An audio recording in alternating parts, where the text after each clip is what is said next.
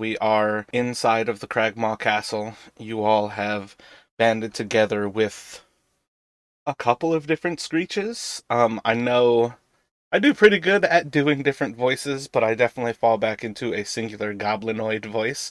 So it was hard to do Screech with a different voice to show that there were two different Screeches. So I'm sorry that at the end of the video or at the end of the session, I was 100% back to doing the original Screech that I was doing the previous session. So I apologize for that if that was confusing. But there was definitely meant to be two different Screeches. I think everybody picked up on that. Um, Yeah, it's all right. Shadiness pretty quickly there, but it was hard for me to be like, oh damn, fuck, what was I doing? He was like more of a dilettante, had a little bit better of a vocabulary, he was a little bit deeper of a voice, like I was trying to portray him as a little bit larger, and I was like completely lost it, especially once I brought Zeke into the situation. But you all had a little treating with the goblins in Cragmaw Castle.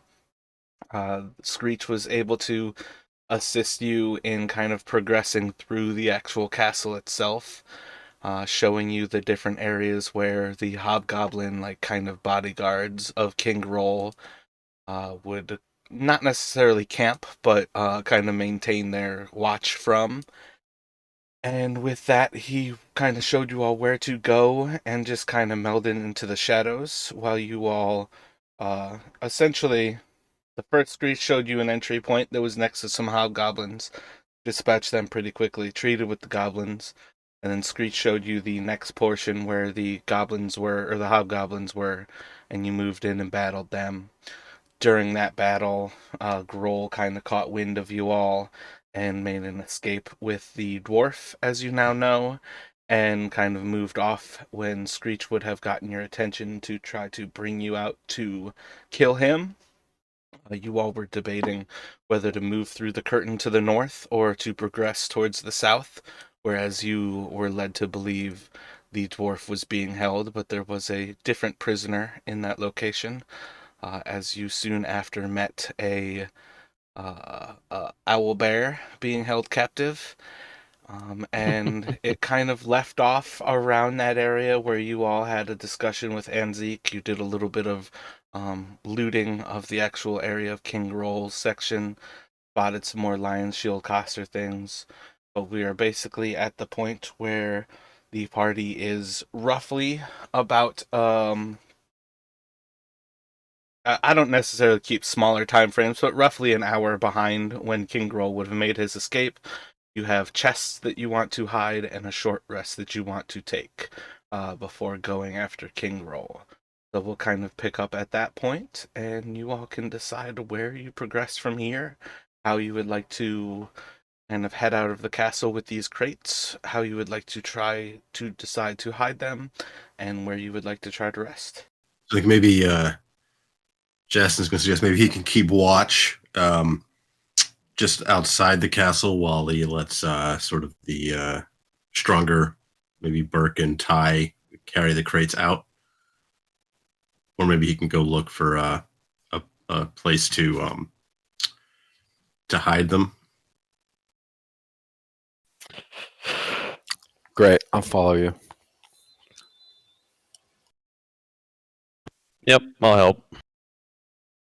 So what is your actual plan for hiding the crates? I guess that's kind of a better, in my opinion, a better pertinent question is, are you looking to hide them near the castle? Are you looking to hide them in a vicinity where you can potentially come back without getting into the vicinity of the castle? Like, what level of hiding these crates are you all looking for? Because there will be different levels of the other variables, unforeseen variables, and how well you can avoid those, making it easier to come back and get them. Because I feel like Burke had basically mentioned that was one of the things that he was concerned about, being able to come back to retrieve them without necessarily ever meeting the goblins again. Right, makes sense. So Yeah, maybe that was it. we can try and get north, like far enough to be out of sight. How heavy is like the forested area north of the, or what is the terrain like north of the keep?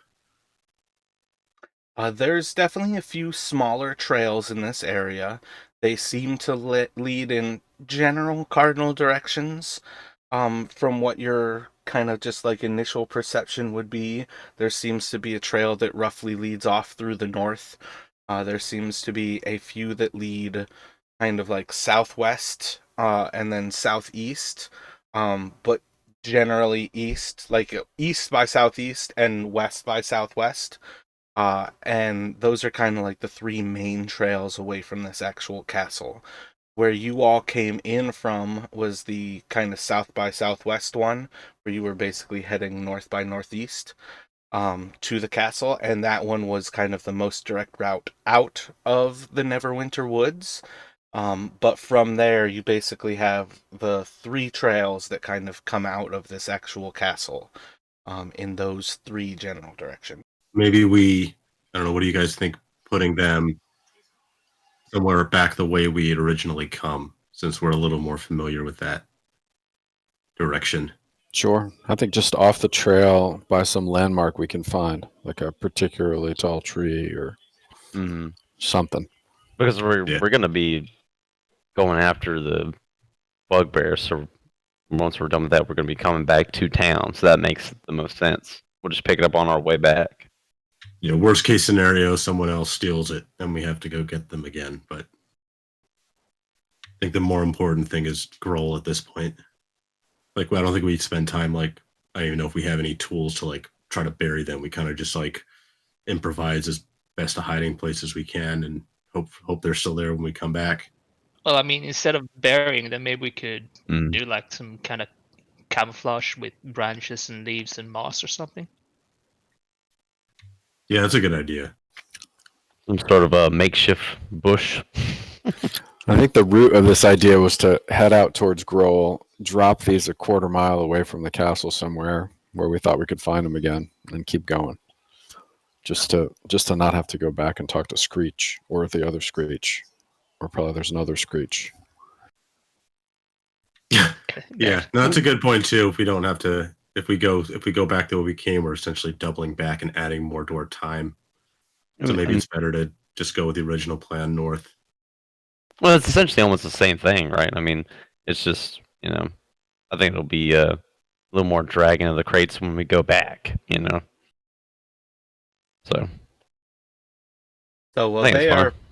while they are preparing essentially the like the ways that they'll be carrying the crates, let me have Justin do a investigation check. Find us a good spot, Justin. All right, so as you look out of the castle, there's definitely a lot of footprints in the general area. You are able to pick up a set of dwarven footprints coming out of this actual area that you were going down. And while it does lead off to the north, after a quick little bit of following it, you do start to see as they seem to kind of turn and start to head in a southerly position off of the trail, but you very quickly lose them. But you do get that understanding of the northern pass out of this castle seems to be a like a red herring, like trying to throw you off of the initial trail, whoever was coming after this this creature. And that's where you kind of lose the actual dwarven footprints. So it's enough that at this point Justin would understand that the northern pass is probably not the way to follow this trail that you guys are looking for. And that would be around when you then turn back around to see everybody kind of at the gate of the castle ready, or not the gate, at that fallen northern wall, prepared to leave the castle. Okay, so Justin will come back to the group. He'll tell them, I think they may have doubled back. It looks like I saw what looks like maybe dwarven footprints heading north, but then turning back south. I lost them fairly quickly, but I'm getting the sense they may have been trying to draw us north, but maybe actually be headed south. Okay. It's possible, I don't know, but maybe it's possible that King Grohl is heading for the Cragmaw Cave. That would be he would know that area. Don't know. I can't. I lost the trail, but that's the thought. Which way did the owlbear go? You know? That would be I inside of have all of the absolute. footprints. Like it would just kind of meld into all of the footprints of this area. This was, from what you can gather at that point, kind of a more main entry and exit point. There seems to be plenty of infantry traffic through this area of the castle, coming and going.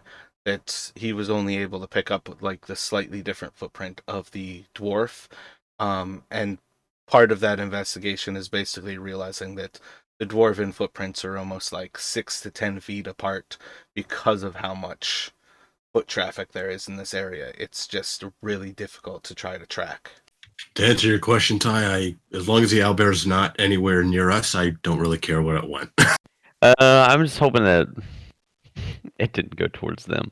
But it seems like they had a good head start, and I don't know if the owlbear would be trying to track them down specifically. So I think it's just, running amok just randomly. So I Oh, think we're oh, good. my bad. Goddamn. The owl bear would have just kind of been moseying off to the north. My bad. My Okay. brain's still kind of fried. It's okay. The bugbears and owl bears in the same situations will always confuse my poor, poor brain. No, it's fine. I mean, you got a lot of stuff to manage, so it's okay. All right. Well, and they're heading south. You said it, so that's good. All right, we got it. As far That's a as I good can thing. tell, yeah. So if you're concerned that It they are all going worked to out. if you're concerned that they're going to double back towards the Cragmaw Hide, the Cragmaw Cave, you would be looking towards the path that goes south by southwest. I mean, that's the only place I can think of that he might be going. I can try to see if I can pick up the trail again as we're headed that way. But I was about to say, yeah, that's. I mean, if we don't pick it up for some time, then we may just have to double back and see if they still continue to go north. Burke, Edrin, any objections to taking that southwest trail? No, I'm right behind you with this box. Yeah, no, I don't have any objections. I think we'll want some light. Burke, do you still have light on your shield? I'll cast some in case I don't. Or we have torches. I picked up a few torches at Barthen's. We can use those too. Yeah, I have a lantern to the acute light. Yeah, depending on what level of stealthiness you all are looking for, Burke can cast light in perpetuity, and he can also kind of stop the spell pretty quickly as well, like a hooded lantern. Um, and then Edrin still has, I believe, dancing lights, which are a different level of stealthiness. It's not necessarily as immediately stealthy like a hooded lantern, but he can do the same thing where he can cancel the spell very quickly. But also, dancing lights have their own tricks about them as well, just because they're not something that any of you have to hold. I don't think we should really be very concerned about stealth right now, seeing as we're trying to chase someone down, basically. I'll have to pick up their trail first. Yeah. Jastic, can I cast light on something that you're carrying in your hand since I've got this box? Yeah. If you want to cast it on one of my daggers, I'll have that sheathed for now, but that should work. Okay, I'll cast light on Justin's dagger. Now you're in charge of the trail following with the light.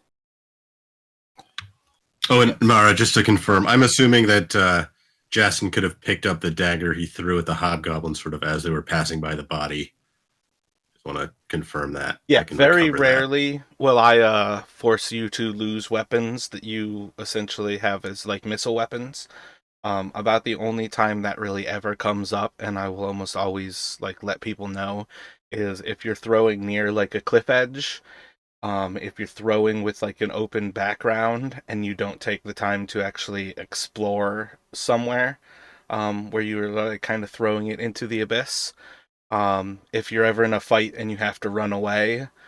But those are kind of like the three general scenarios of where, like, if you guys win a fight and you're in a well-explored area, I pretty much assume that you get all of your missile weapons back.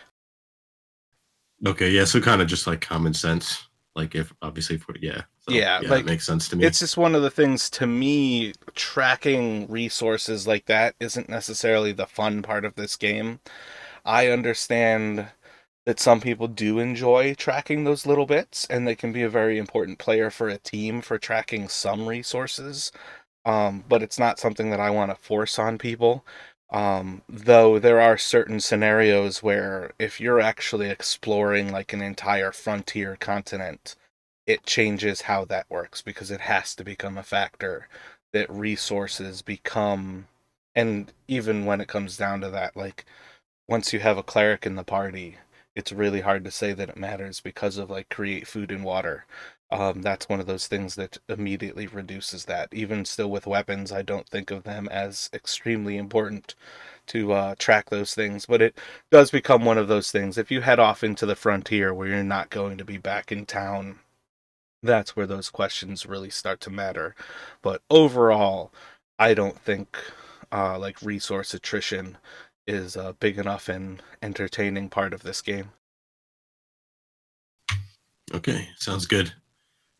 So you Yeah, can so I definitely guess start tracking with the dagger lit up before you, and you essentially know that you can just sheath it. I mean, you could almost even tuck it immediately into your sleeve as well to quench the light quite quickly without needing anything from Burke, and that gives you an hour of light. okay. Yeah, so Assuming I guess also, he'll. Sorry, go ahead. I don't remember how many crates I named off last time, but we'll basically kind of assume it as well that the two fighters are the ones who are carrying the crates, so we'll have Burke and Ty being the ones carrying the crates at present. And essentially Edrin will be able to assist you. Not necessarily, it'll still be the type of thing where to give you advantage, he'll need to have proficiency, but to do a roll himself will just be an option on these different checks that will kind of come forward. And then my bad, what were you saying, Jason? Yeah, I was just saying, like in terms of the order, I guess. Yeah, so Jason will be in the lead, Edrin if he wants to assist, and then sort of Burke and Ty with the crates behind them. So it sounds like kind of that's what we're going for. Yeah, most of these checks will end up being investigation or survival checks. So depending on if Edrin has proficiencies with those, that will be the important aspect there to decide on where you want to be. And then if you are essentially not immediately following Justin, you'll have to add some sort of light supply of your own, Edrin. So that's up to you where you'd like to be in that kind of progression. Well, seeing as I have investigation proficiency, I'm probably just trading right behind Justin. All right, perfect. So a good few of these checks, as long as you're kind of following a general trail or looking for the trail rather, you'll be able to do the investigation with advantage as you go forward here. Um, so when you all first leave, the plan would be to go to the southwest. And you can pretty quickly pick that trail back up. That's the one that you all came in on. And you would pretty quickly start to spot dwarven footprints again. Let me have you do an investigation, and this one can be with advantage. Okay, sorry. Just before we do that, do we? I guess so. Are we foregoing a short rest for now, right? Yeah, right now you guys are still like immediately outside of the castle. The first check or so will be roughly around you all are looking both to regain the trail as well as to look for a spot to hide the crates. Okay, makes sense. And as I Let understand, me you're do kind that of check. looking for immediately out of sight and then roughly a quarter of a mile away from the actual castle. Sorry, we did take a short rest, correct? No, Not you are yet. currently We're without the going to short rest. find us. Okay. Yeah, so that is good enough that you do spot that there seems to be a dwarf and a goblin who are heading southwest along the South by Southwest trail. You spot those footprints heading away from the castle.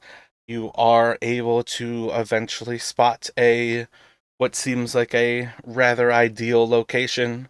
That seems it's kind of like a alcove of like rocky terrain inside of the forest that just seems somewhat out of place for whatever reason. It just seems to be a little bit odd as you're really into the Neverwinter woods here, where it's very dense forest in most directions.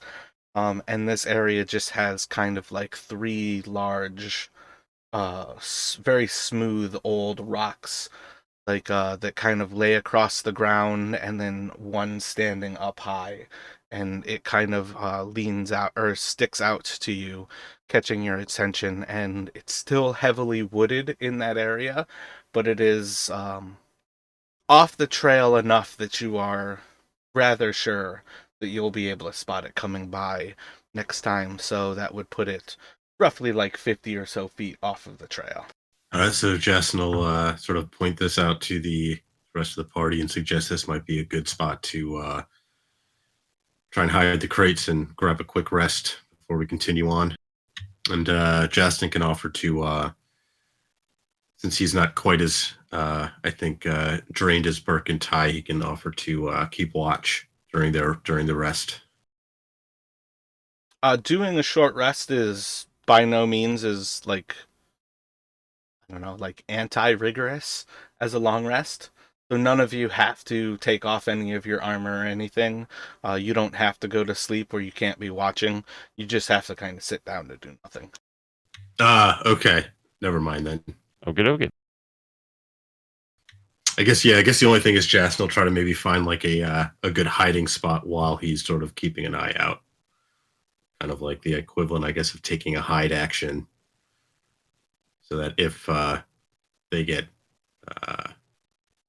accosted, he might, have an advantage on the on dealing with them. But other than that, yeah, he'll just sort of take it easy for an hour.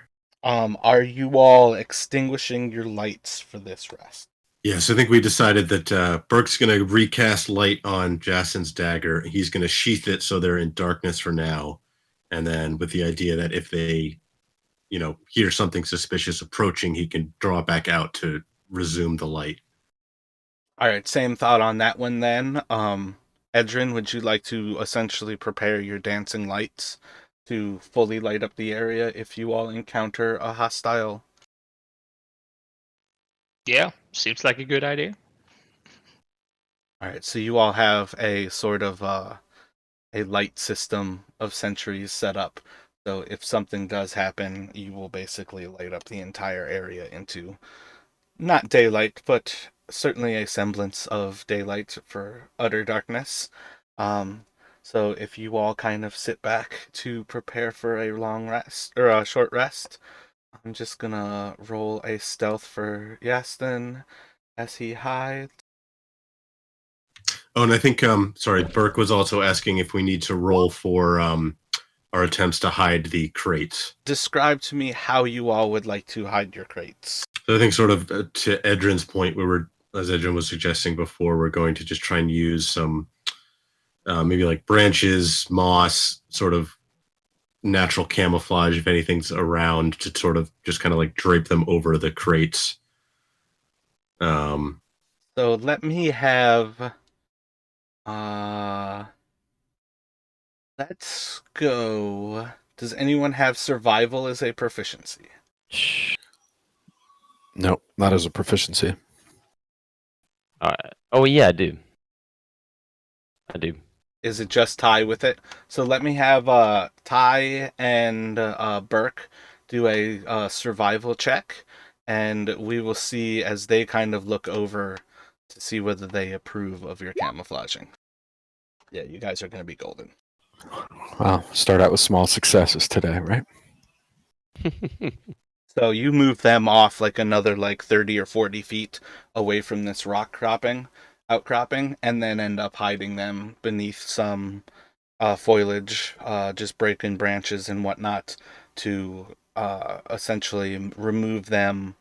At that point, you're like nearly 80 to 100 feet away from the actual trail and feel pretty confident that you're able to keep them out of any prying eyes that might be searching for such things. But overall, you are able to successfully take a short rest from that point. So if anybody needs hit points, you can expend hit dice. Keep in mind that when you regain hit dice, you gain up to half of your level. So essentially, like once you, uh, yeah, it doesn't even matter at this point. Once you hit level 3, you'll regain 2, and you'll get a third, so you'll be at 3 regardless. So you all can expend hit dice as you would like, or as you might need. Assuming that regardless of how many you spend when you do level up, you will have all of your hit dice back. See, Adrian is. If we're done with the short rest, I'm gonna do the arcane recovery to get back a spell slot. So if everyone is good, nobody's spending hit dice, everybody's doing relatively good on healing right now. Yeah, I'm at full health, so I'm good. All right. So, oh my bad, Ty. No, you're good. I was saying, I don't know what happened from last time, but some of my stuff went, it's not right. I have one missing hit point because I took that healing potion, and it brought me up to 21 out of 22. So that's it. And I got all my action surge and my second wind back. Word. Yeah, I remember that from last time. Yeah. So you all are just under like a quarter of a mile or so away from the castle. You Yasin would have basically been able to share with you all that he spotted a dwarf and goblin footprints pretty freshly heading away from the castle before the rest on the southwest path, and you are now approximately 2 hours behind when Grohl would have left with Tharden, or rather with the dwarven captive. How would you all like to progress forward? It would probably be I think more or less middle of the night right now. The moon would let's see. Date 10th. That is a waning moon.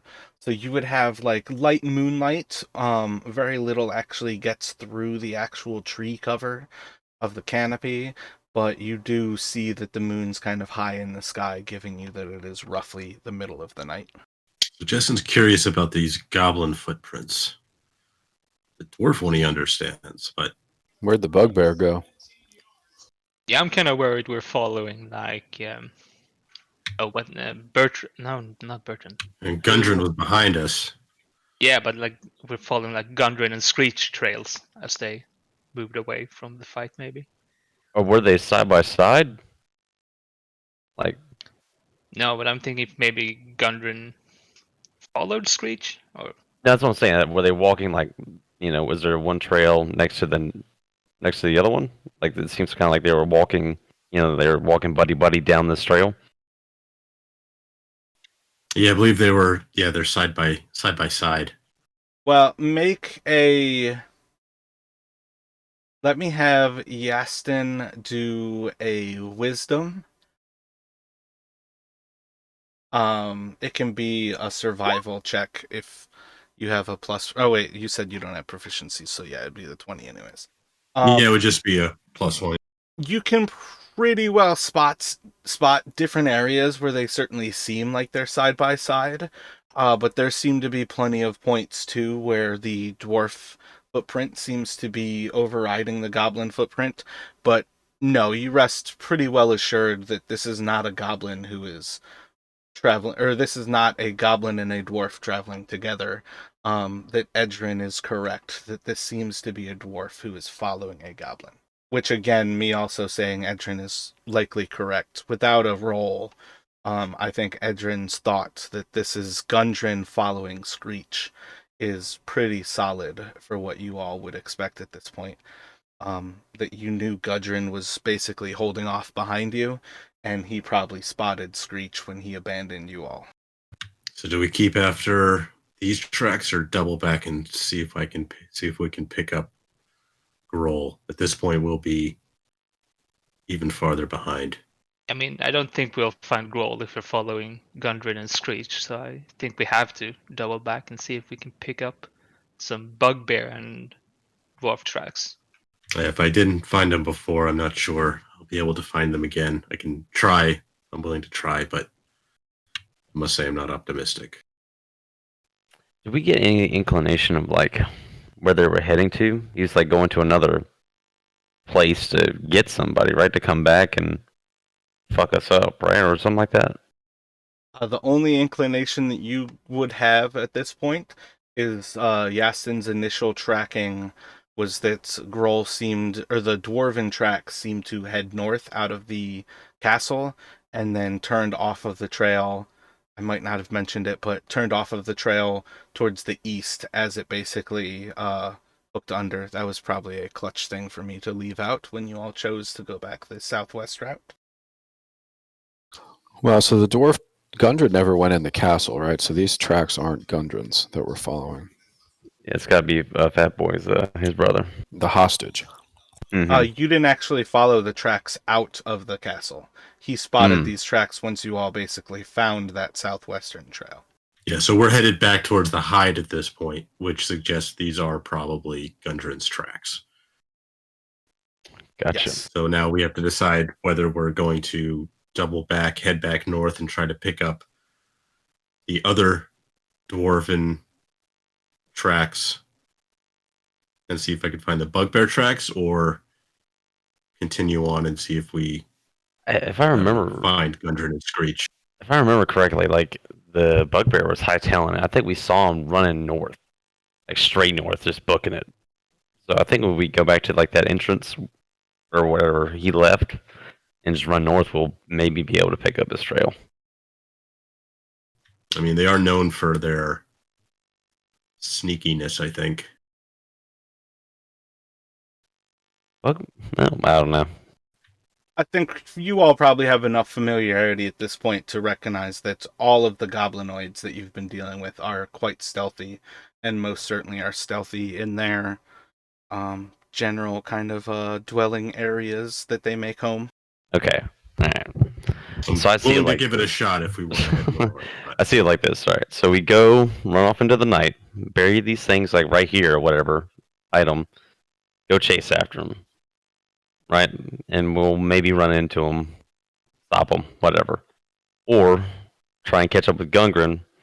Maybe he knows where he's going, or, you know, we can cut him off some way somehow. Probably not. Or just maybe just wait for him to come back too. I guess we could do that.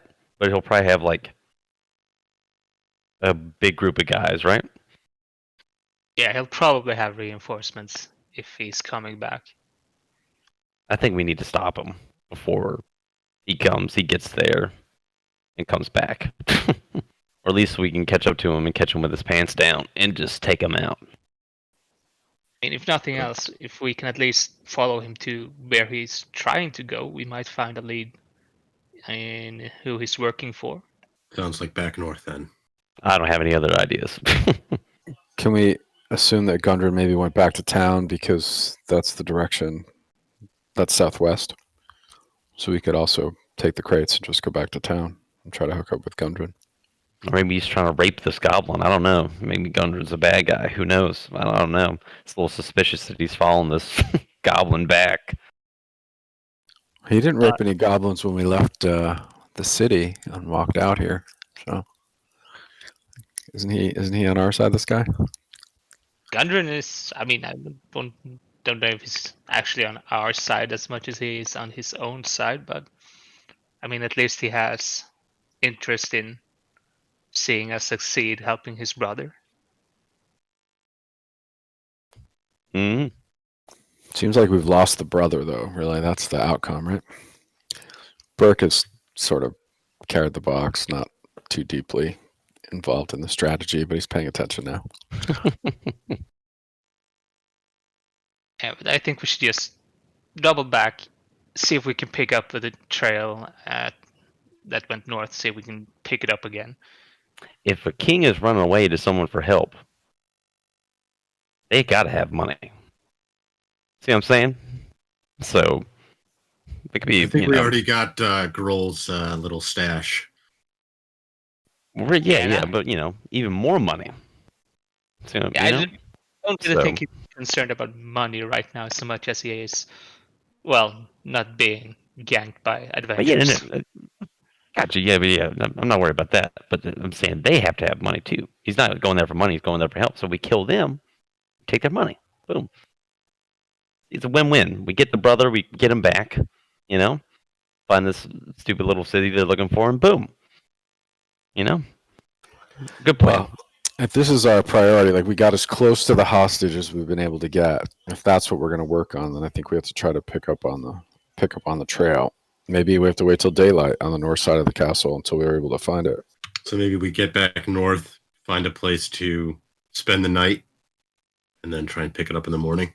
Or we stay where we are and start in the morning. Yeah, I mean, Turn this if we're short gonna rest into a long rest. yeah, sorry. Yeah, I mean, if we're gonna rest anyways, I'm thinking it's better to just rest now and try to get it in the morning. Get back to it in the morning instead. What I like about our crew is how decisive we are. You know what? At least we are thinking. Okay, we're thinking about things. Yeah, I feel like we overthink things, like the curtain. We spent like 20 minutes trying to decide whether we're going through that curtain or not. I I fucked up. I should have just burst through the curtain instead of bursting through that door with the owlbear. I fucked up. That's my fault. I'm supposed to be the aggressive one. I personally thought bursting through the door of the owlbear was fucking stellar. I hear that. God, just come down and tell me this. All right, so Burke says, like, let's just take a nap, and we'll get at it when we can see, because we got to find the hostage. What do you guys think? Retcon it, Say we didn't, no short rest. We'll take a long rest. Good. All right, so with 4 people, you all will have to single out 2-hour slots where each person watches for 2 hours alone. And we can determine how you would like to go about with that. As far as things go with it, you will have to at least burn 2/3 of a pint of oil for one of the hooded lanterns, or essentially 1/3 of a pint of oil for each of, I believe, 2 people have hooded lanterns. And from there, like, Burke could watch with his light while he's on watch. Edrin can watch with his lights while he's on watch. And then, assuming that you want to watch in darkness, the other 2 people can keep the lanterns lit, but hooded, for their watch. How long does a torch last? You would have to burn 2 torches, but the biggest thing about that is there's no way to hide the light of a torch. So that's why I say you would want to, if you're going to try to maintain that darkness, burn the hooded lanterns, because they basically, I believe a hooded lantern burns for 6 hours under its 1 pint of oil. Yeah, you lantern boys gotta keep track of that. Yeah, I'll just I've got a couple flasks of oil, so I'll use one for my watch, and then whoever's I guess Ty needs light, so he can just use some more of the oil from keep my lantern going. I'll just pass it off to him. Yeah, so that's why I say just basically mark that down as if you burn 2/3 of one of those pints. And then from there, what sort of watch order do you all want to take as you take a long rest? I think Edred should go first, seeing as his track record in waking up and actually keeping watch is not that good. Burke will go last because he's got to deal with his chainmail. So just I can wake me take up and I'll get I dressed. can take this. I can take the second watch. Okay, I guess I'm taking third. So Mara, and I also used some oil while we were in the Cragmaw Castle. So should I just essentially burn one of the flasks altogether? I mean, it's more or less up to you. Again, I don't necessarily think of tracking those things as a huge deal, as far as the importance of things. You can either mark off one at this point, but I feel like trying to think. Did you all use it while you were in Cragmaw Hide in the cave? I think it's probably safe to say that you've used it for 6 hours. But I'm not huge on whether you have to use it for those six, or you could draw it across another hour even after this. That's purely up to you. And again, those are part of the things where there are aspects that I'll kind of bring up here and there, but I'm never going to be a huge stickler on that. I am starting to realize that I am somewhat of a simulationist, but I don't necessarily care too much about a lot of those expenditures, because in the long run, you guys will almost always be loaded down with gold, where it's more a question of, have you thought of these big things before you head away from town for long periods of time? I don't think you'll run out of oil before you get a chance to buy more, and you'll have money to buy more. Yeah, I'll just pick some more up when we get back to Barth next time we're at Barthen. So Yeah, so that's why, makes sense. that's kind of like why most of the time when I have people sit down at a tavern, I don't want to give you a tab. I want you to just think about what you expect you would have spent and mark that off, type of thing. Just because like a lot of those things, it's purely flavor of how much you basically expend as your cost of living and cost of adventuring. Right. Okay. So I think it's going to go Edrin, Justin, Ty, and then Burke for the rotation. Yeah, so let me get two rolls from Edrin as far as your perception checks while you are on watch. You have a pretty simple watch. There's definitely like nice kind of animal activity seeming to be around you all in the forest. Nothing that's like kind of out of the ordinary, but just like constant flow of type of things like crickets and uh, little, not like creepy sounds, but the sounds of a forest like active at night. Nothing that's like prey listening for predators. So you are able to wake up. Destin would be next. And again, I feel like Ty and Burke are the only ones with armor time for putting on their armors. So effectively, Edrin and Justin, I believe both of you are either unarmored or in light armor, so you can sleep in your armor. But two perceptions from Edrin, please, or Justin, please. You want me to roll twice or just use those two? Oh, those two are perfectly acceptable. And then let me, kind of the same thing happens. You get a little bit of an update from Edrin telling you about the different wildlife that seems to be going on around here. Nothing especially worrying kind of came up on his watch. And you kind of sit back and enjoy a pretty simple and carefree a couple of hours of watch before eventually passing on your lantern to Ty as he sits back to take a watch. And if I can have you roll two perceptions for me, Ty. Oh, I'm sorry. I don't know if you. I No, rolled. no, I saw. Oh, okay.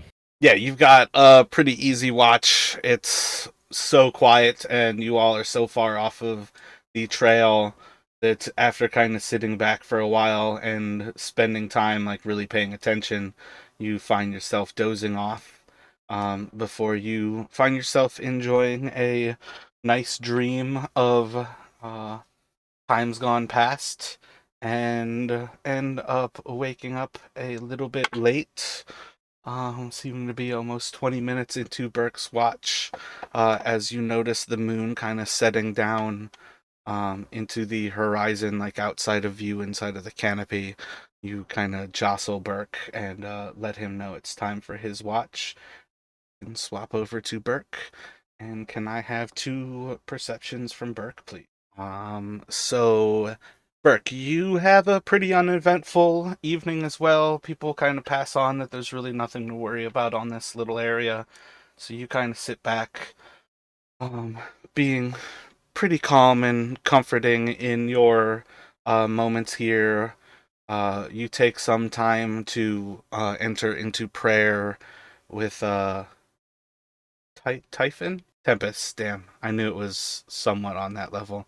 We're very Praying close. to Tempest, and you know, you can essentially take some time to more or less like you're mulling over this like burgeoning power that you feel within yourself as you kind of gain this sense of um not to like put things into you before you actually level up. But essentially, like, you feel like this divine power growing into you, regardless of whether you choose to go cleric or fighter as you move forward here. You kind of feel this like divine inspiration. And as you're kind of like sitting back on your watch, after a while, as the sun begins to rise, you start to notice that there are webs throughout the canopy above you all. And while you seem to have had a rather calming feel through the entirety of this rest, you start to realize that perhaps the trees aren't as dense as you once thought. And as the sun starts to rise, you're realizing that perhaps this canopy is in part an infestation of spiders around this area. And you notice that there seem to be a few cocoons in the sky, like in the little bits of clearing above you. What would you like to do, Burke? I think I'm gonna give Ty a little shake quietly on his foot and try to wake him up. Mm. I like to rouse the party very, very as stealthily as I can. I assume I put my armor back on when I took my uh, Yeah, you turn. would be well. Yep. Same Great. thing for Ty. Like, essentially, the first 5 minutes of your watch is always essentially armoring yourself. And then you are armored through your watch. That's the bonus of being the person on watch, is that you're not actually lacking for readiness for battle. Gotcha. Well, I want to rouse them quietly. It's time to go. What's up? So this is before everybody would be completing a long rest. You are still outside of fully enjoying the benefits of a long rest. Oh, okay, it's not morning. It's at the beginning of my 2 hours. Yeah, so Somewhere? kind of All right. the odd difference on how a long rest will work mechanically is that you basically wake up and you can still go about doing things as the person who slept for 6 hours. You've accomplished that requirement, but you can't actually do anything still. You need to spend like 6 hours outside of your armor as somebody who wears medium armor. So you've accomplished like that and sleeping. But somebody like Ty, he can't even armor up right now without essentially losing the benefit of his long rest. So that's kind of where you all will sit here. You can wake everybody up and you can have a discussion about what you have now spotted in the start of this sunrise. But overall, it's say like 6:30 in the morning. You're pretty sure. Oh wait, you guys would have gone to bed at midnight, so it's probably like roughly like 7:15 to 7:30. Like the sun is still rising, but the heat of the day is actually starting to set in where it's no longer chilled. But you can see above you, and you can show everyone what seems to be these cocoons and webs that seem to be covering the canopy of trees above your camp. All right. Well, I'm gonna not wake anybody up I'm gonna let them wake themselves up, and I'm gonna keep an eye on the cocoons and try to count. Like, have I seen any spiders yet? I suspect them. There doesn't appear to be any spiders in the immediate presence as you kind of look about, but do a investigation for me.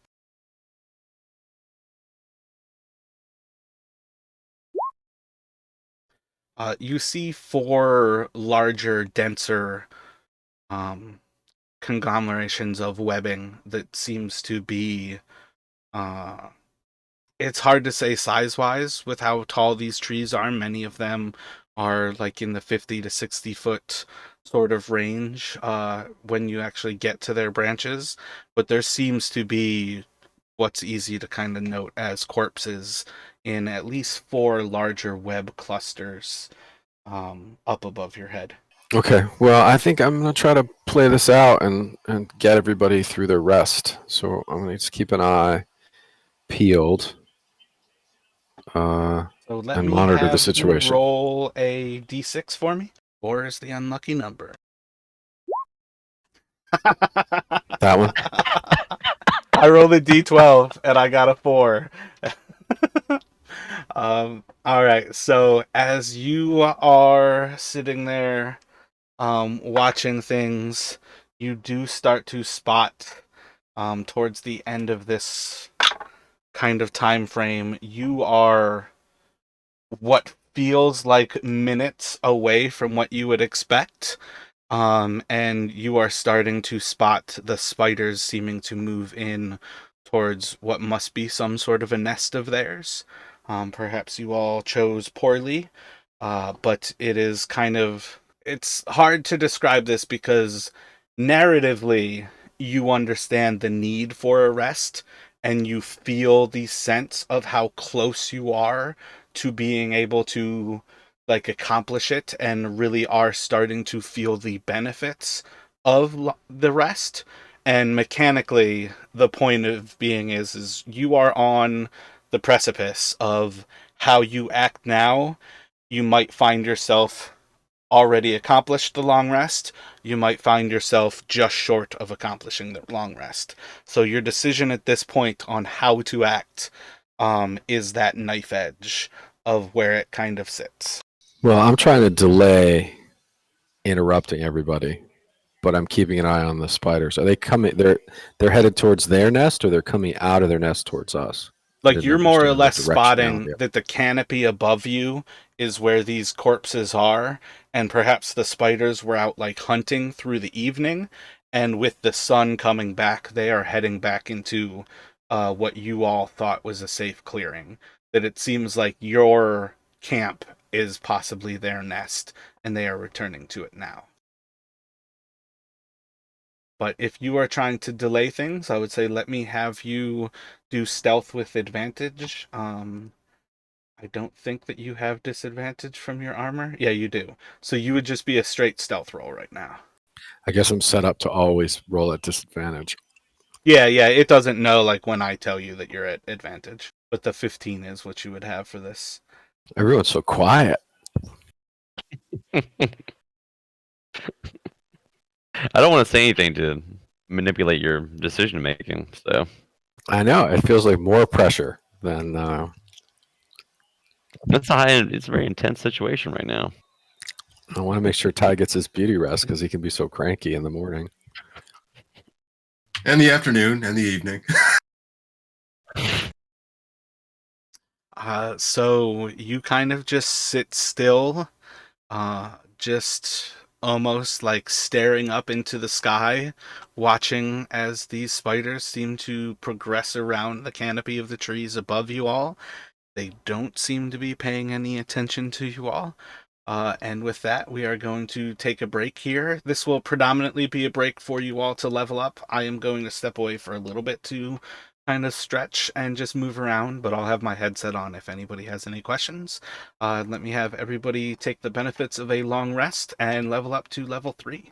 Burke is beginning to rouse everyone and essentially notify you all that you have guests above you in the canopy of the trees, and essentially pointing out 4 large spiders that seem to be not necessarily swarming, but they seem to be returning to these webs that were heretofore unnoticed.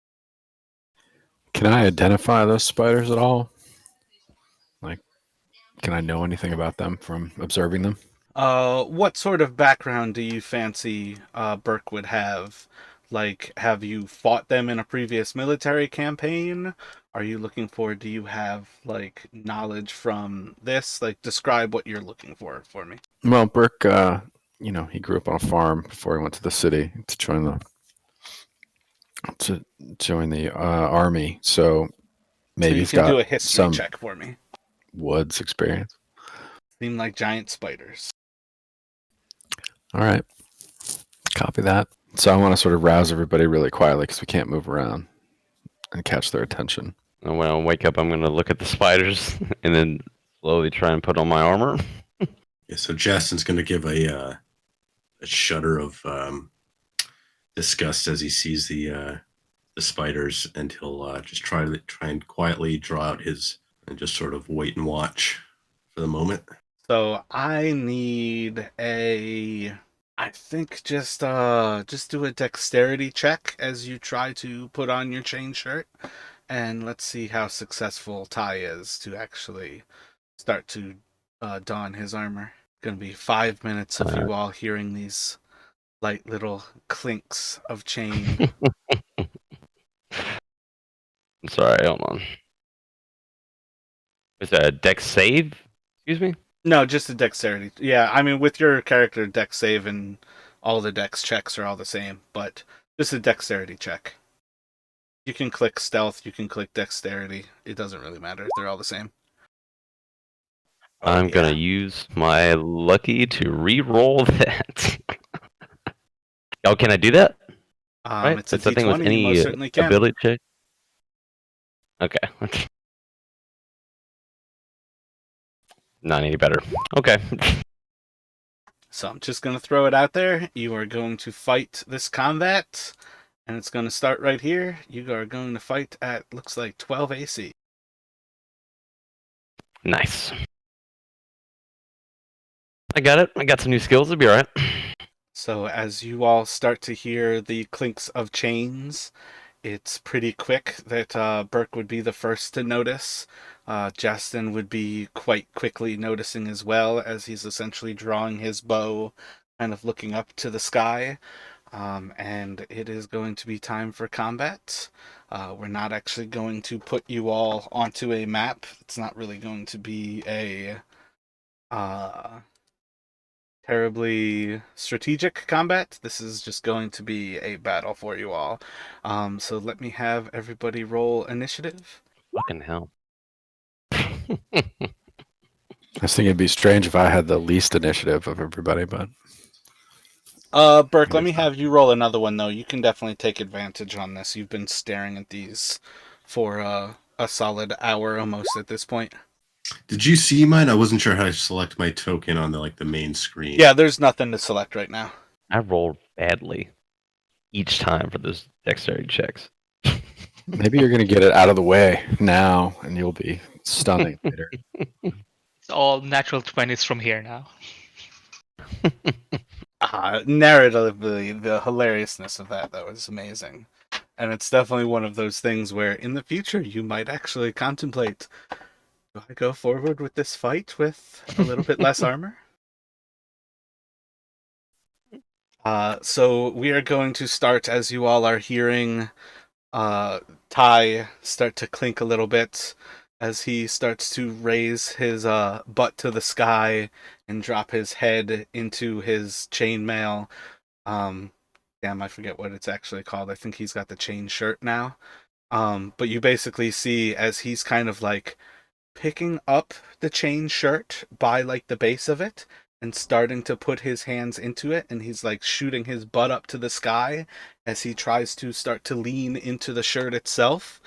And in that moment, one of these last little clinks, you see as a spider in absolute just fire flash just drops from the sky as it like drops itself from a line and is on top of Ty within a moment. And it is going to go to Edrin. Yeah, I'm just gonna throw out a firebolt at the spider on top of Ty.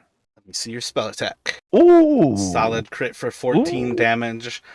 You see as a large section of this creature's body just seems singed and burnt, and a few of the legs almost seem to shrivel up along the left side where you hit the spider itself. It certainly seems quite injured with that shot. And if that is everything from you, do you have any general movement positioning that you would like to try to gain? You guys are still inside of this kind of rock area, in a general clearing-ish bit. With the webs above you, there are essentially spiders in this general area above you. But is there any general way that you would like to move around, Idrin? Is there like any way I can get out so I don't have spiders like right on top of me? So the spiders above you all are probably all like 60 to 80 feet above. You can certainly try to position yourself where they're not immediately above you, but as long as you are in the clearing, they are essentially going to still be above you. Basically gonna move, so I'm a bit away from everyone else, but yeah, this is hard to describe. Like, What it ends up being is you kind of have the sense that if you move away from everybody, you might be less likely to get attacked, but you are further away from getting assistance if you are attacked, and more likely to essentially not be noticed. You are being isolated and attacked. And that's kind of the question that you kind of have to mull over about where you would like to place yourself. yeah, I feel like I should try to stay close to the group here. So I'm not moving. I'll take the dodge action. Well, that's your action already to use the firebolt. But Oh right, effectively, sorry, I forgot what you're that. able to do is you're able to move yourself into a position where you are not immediately in combat, so you are still making your range attacks without any issue here, but you are staying close enough to the party that if a creature does decide to attack you, it won't be difficult for people to recognize you and come to your assistance. And with that, we will go to Burke. All right. Well, Burke's adjacent to Ty because he was waking him up. So I'm going to take a swing at the spider that's on Ty with my warhammer. A 15 will hit. It's one-handed. And if there is nothing else from Burke at present, it will go to the next of the spiders. Yeah, I was gonna cast as my bonus action. I was gonna cast Shield of Faith on Ty. Alright, so I believe that would bring Ty up to 14 AC, as long as Burke maintains concentration. What will take my concentration away? Essentially, anytime that you get hit, you end up having to take the concentration check. If the damage is ever 20 or more, or rather, it would have to be like 22 damage or more, it would basically make the DC 11 instead of the base 10. Okay. Also, I think if you cast another spell that requires concentration, you'll break it on the first one. Yeah. As if you ever make the mistake, essentially, of casting a concentration spell over a concentration, that will break it. But usually I'm pretty lenient on those things because, technically speaking, that's a player's mistake more than an actual like character understanding. You would recognize as a cleric that there's a certain amount of effort that you have to maintain. That casting, I don't think you have them yet, but like the spirit guardians would drop your spirit your shield of faith. I think spirit guardians are concentration, but generally that's my point. Is like if you're casting a concentration spell, usually I'm going to give you a chance to recognize it before you actually make the choice, so you can actually choose to make it instead of accidentally doing it.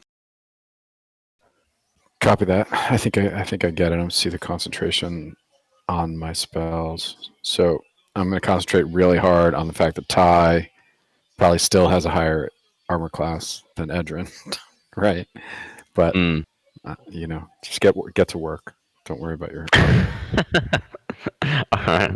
The next of the spiders is going to start to drop from the sky, and as it's weaving its web, it is going to drop a web from in front of it on top of Edrin for a 14 to hit. Yeah, 14 to hit hits.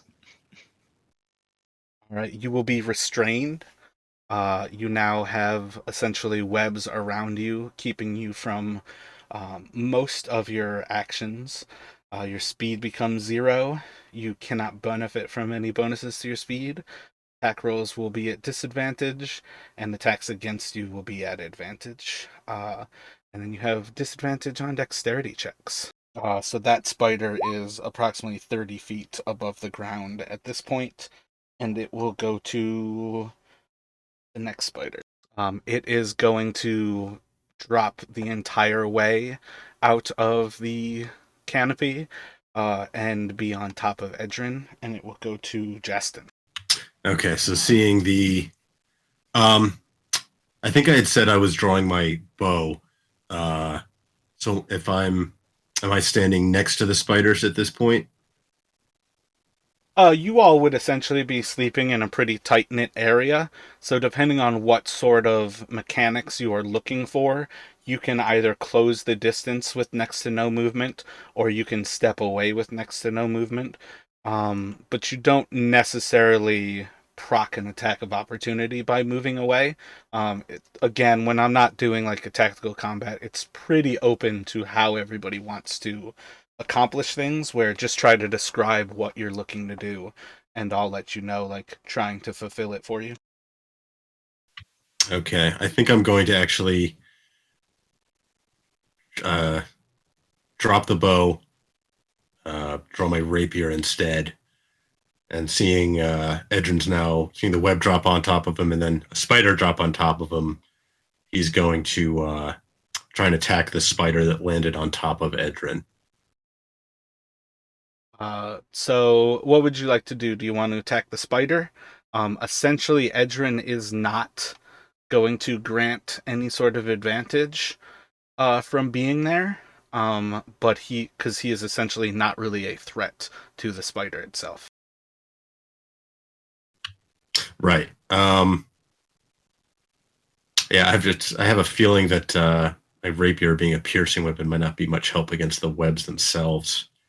So I'm just going to try to. It's up to you. You can certainly try. It's not necessarily that you need to do like piercing damage to it. You can try to essentially still attack it. It's up to you how you want to go about that. But essentially, like, you can kind of say pierce the blade through an open area and then snap it as you, like, like, leverage the blade out of there, and that would be no threat to Edrin on that level. So there are ways that you can do it, but I'm trying to still make it up to you how you want to go about this. Yeah, I think his natural aversion to spiders is going to just cause him to sort of lash out at the spider itself. Do you want to use your bonus action to lock onto this target? I don't know the name of the actual spell, but you have the ability. Oh, you to mean give the yourself... Oh yeah, the insightful fighting. Yeah, I might as well. So that would be I have to make a Yeah, I think it's a wisdom insight check. Yeah, so let me do that. Hopefully the spider doesn't have much charisma. He's been working out, you know? Oh, shit. My bad. I couldn't even find out what color it was. Oh, I didn't even notice. You rolled a 1. Yeah, I don't think there's any chance that this thing's going to fail. I couldn't tell what its DC would be for something like that. I'll have to look into that. Oh, it's just contested by a charisma deception check by the target. Yep, that's what I was looking up. Word. Deception. Yeah, I rolled a 14, so it's kind of interesting to imagine a spider deceiving a rogue. But yeah, so that'll just give you a straight attack against the spider itself. Or you could still. I feel like it's like Justin just being like, he just doesn't really like spiders, so he's just not concentrating enough to do what he's trying to do. So he'll just just a straight 24 will hit, and we'll do 6 damage. And with that, if you don't have anything else that you would like to do, it will go to Ty. And essentially, Ty and Burke are on the spider that is on top of Ty, and Edrin and Justin are on the spider that is on top of Edrin. Okay, so I'm sorry. Is there there's not a spider on top of me? It's just like next to me. No, right? like it dropped out of the sky on top of you. You're not like in any sort of like condition by it, but essentially, like, mechanically, the 2 spiders that dropped out of the sky essentially dashed to make their way into combat with you. Am I able? I was imagining it was on your head. Well, I was swinging my warhammer at you. As creepy as it can get, that's effectively how I imagine it. That they've dropped out of the sky and are like standing on your shoulders, with like not necessarily bearing their weight down upon you, but they are essentially like on top of you. For what it's worth, like you would probably assume that their next move is to essentially start wrapping you into a web, if not like grapple you in some sort of way. But it's a pretty creepy feeling to have a spider fall on your head when they're tiny, let alone something that is the size of you. And he just got blasted, so he's pretty fucked up too. Yeah, the one on top of you is definitely fucked up. 20 points. It's extremely burnt in, what did I say, the left side, from where Edrin came from, and it's recently been like blasted into the thorax by Burke's Warhammer. Okay, so I'm going to draw my hand axes, and I'm going to hit him with one hand axe because I'm planning to do something else with my bonus action. 18 will hit, and that will be able to essentially cut through its midsection, separating the spider into two and killing it. Okay, and now I'm going to use my rally maneuver and burn one of my superiority die to rally Edrin. Let me the D8 plus nothing was I have no charisma. All right, I'm gonna say to Edrin, "Fucking kick his ass, let's go." So, Edrin, you can have 3 temporary hit points. The first 3 hit points that you lose have to be those temporary hit points, and once they are lost, they are gone. And with that, the next spider is going to drop partway from the canopy, and it is going to drop a web from it, and it will kind of scatter near the feet of Burke, just kind of missing you as you close ground into tie. Strike down at the other spider, and it is going to progress to the top of the order. That spider is dead. It will go to Edrin. You are currently restrained inside of the webbing with a spider on top of you. Let's see. Can I miss the step? That's just a verbal component and a bonus action. Can I use that to get away from the spider?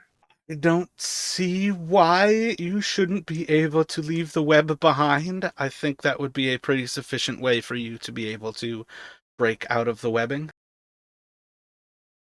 Yeah, then I'll use Misty Step and basically just move away.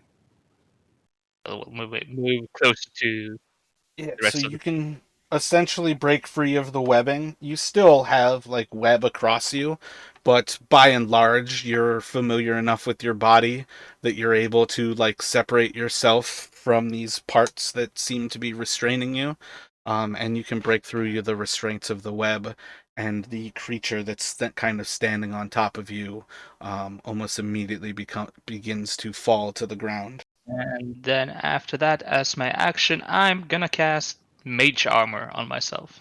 What area of this general like opening do you want to Misty step to? Kind of the same idea. Are you trying to stay relatively close to the party still, or are you trying to actually clear out of that general area right now?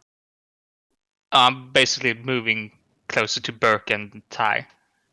Okay, so you're really just stepping kind of like feet away, and as you kind of rematerialize, you're already like midway through the cast of your mage armor, as your body just starts to shimmer with the mage armor, and it will go to Burke. Brooke's gonna. I think I can drop my shield so I can take a two-handed grip on my warhammer. Is that a free action? Dropping my shield. Yeah. To actively drop something to the ground never costs you any sort of action.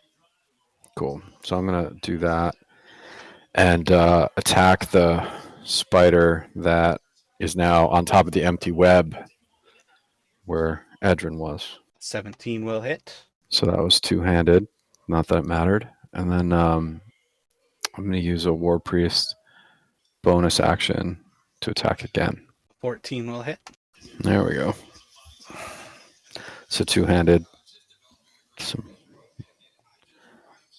Made some progress. And with the second strike, you will smash through its thorax, and just are like coated in this not quite like a neon pink gooish blood, but this thing dies at your feet as you kind of quickly smack it into the ground, and before it actually falls, as Edrin displaces it himself, you destroy it like in air. And it will go Sweet. to the next spider. It is going to drop the rest of the 30 feet, and it is going to move for Edrin. And it will try to make a bite attack at him for an 18 plus 5, 23 to hit Edrin for a bite. Yeah, that definitely hits. It is going to do 4 damage to you, so you'll get rid of the bonus hit points that Ty gave you, and lose a single hit point. And then I need you to make a DC 11 Constitution saving throw for me, please. You feel like flow of this creature trying to like inject you with something as it bites into your flesh, and you feel like a warm sensation across your body, but you do not succumb to it. It's almost as if it seems to have tried to bite into you, and in the process of like injecting its poison, it's like poisoning your flesh, like the outside of your flesh, right in between like the cloth of your robes and your body. And from there, that next spider is dead. It will go to Justin. There is a spider that is dropped down in front of Edrin, and then another one that is 30 feet into the air above you all. Okay, so I'm going to. So now that Edrin's no longer restrained, I probably don't need to use the insightful fighting to get. I would have sneak damage if I hit it, right? If I go for the spider. Yes, that's correct. If you go for the spider that is currently attacking Edrin, you will be able to get your sneak attack regardless. Okay, yes, I'm going to do that. I'm going to move and attack that one with my rapier.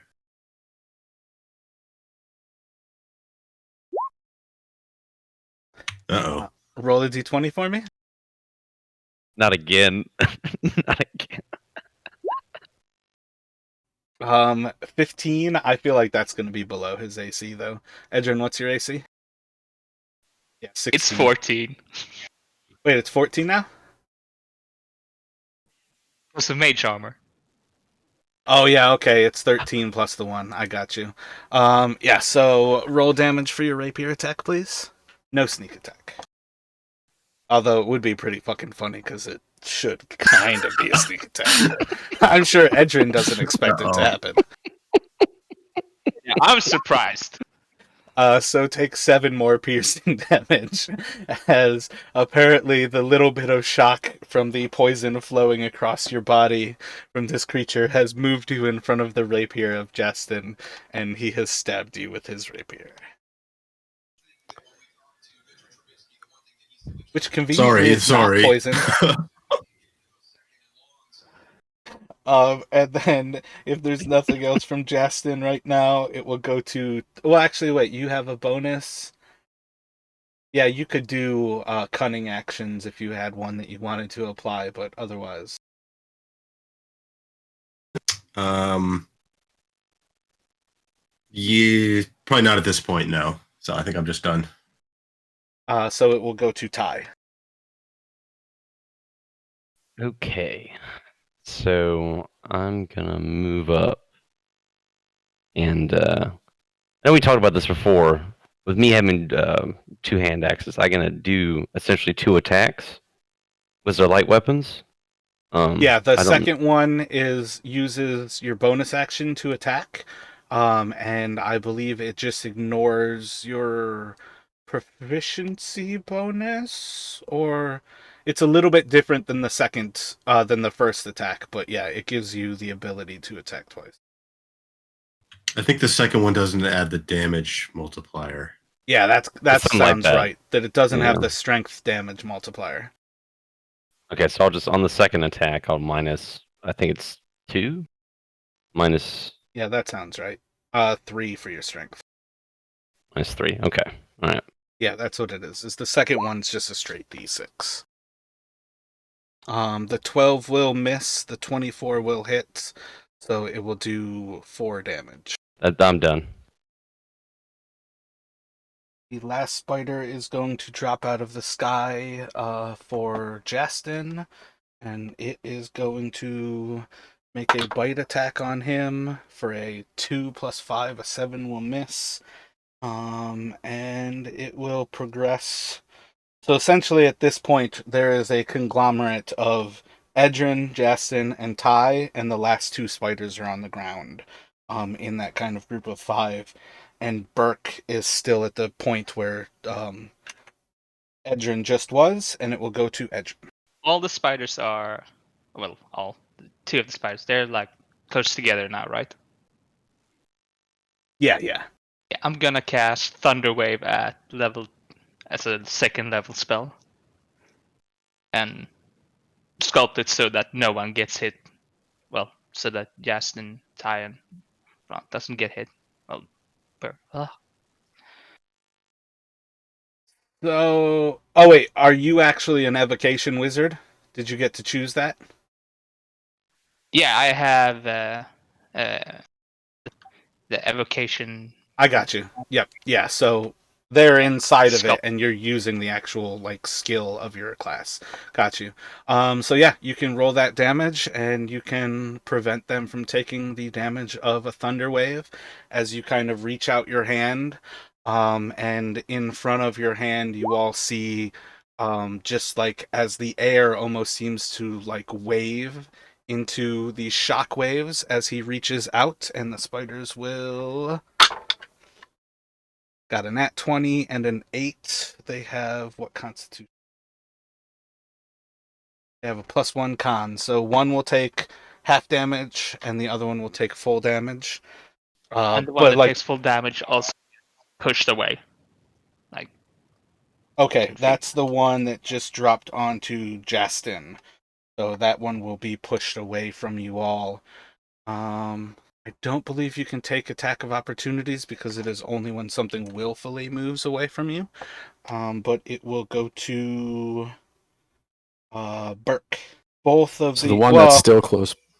My bad. The one that just got pushed away looks noticeably. You start to see signs where its carapace has begun to like crack inside of this like wave of energy and force that's emanated from this thunderous damage that Edrin just cast. Edrin, And the let me one that have you was roll a d6 for me as well. My bad, Burke. no Doesn't matter. I rolled a 10. So it will go to Burke. What would you like to do, or what were you asking? The one that's still nearby, everyone that isn't 10 feet away, is the one that Ty hit and took half damage for the thunderous wave, right? Yep, that one's a little bit healthier, but they both look pretty similarly injured. But the one that got pushed away is the one that you can start to see the first beginning signs of its carapace starting to bleed. All right, so I'm going to take a smash with my Warhammer at the one that's still adjacent to my crew here. 22 will hit. That was 8 two-handed. damage. Let's see, 14, 18. It is certainly well injured, but it is still standing. And then as a bonus action, I'm going to cast Healing Word on Edrin. So Edrin can regain 4 healing hit points, and it will go to spider that Burke just struck out at. It is going to lash out at Burke. 11 should miss, It does. and it will go to Yesin. Right, so Justin's going to try and finish that one off. This is the one that just attacked Burke. 7 will miss. Yeah. And then if I can disengage and try to get, there's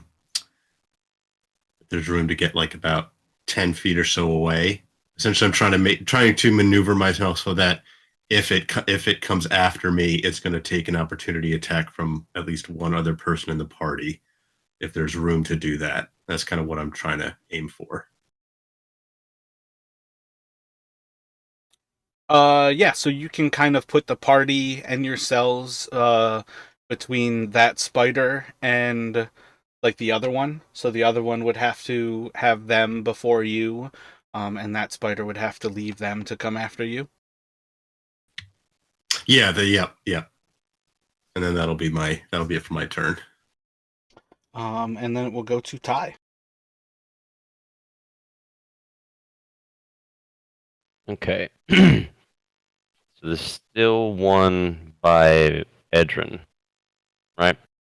Yeah, there's right now there is Burke, Edrin, and yourself essentially surrounding a very weak looking spider. And I'm gonna take him out with my hand axes. Attempt. Fuck.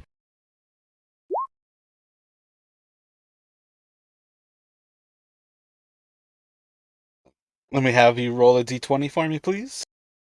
God damn it. Okay. The 14 will hit the next spider for 5 slashing. The 2 is gonna miss Burke. So you will do 5 more. You almost like cut through a chunk of the spider, but it still like seems to be like limping towards Burke in its last attack. And it will go to the spider that just got pushed away, and it is going to shoot its web across the party and at Justin for a 15 to drop a web on Justin. What's your AC? Yeah, 15 will just hit. That's my AC.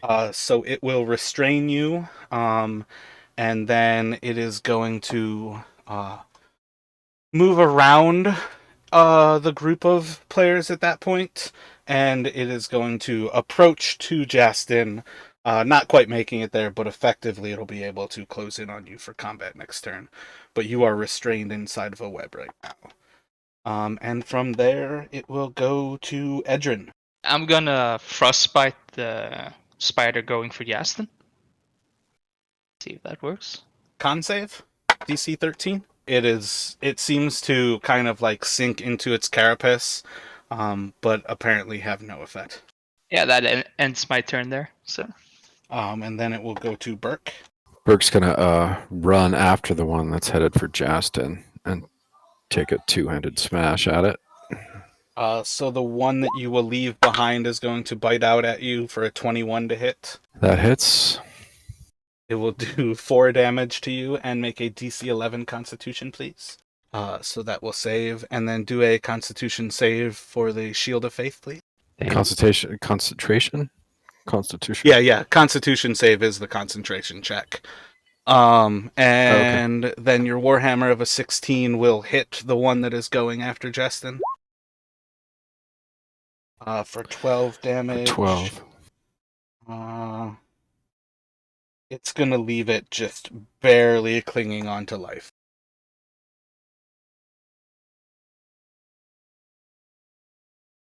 That's what I got for you, Justin.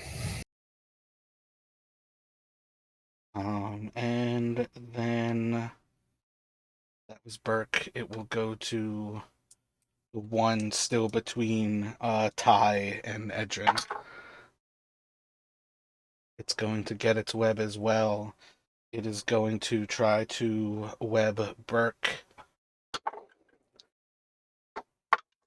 with a 18. I believe 18 will hit, and that will restrain Burke.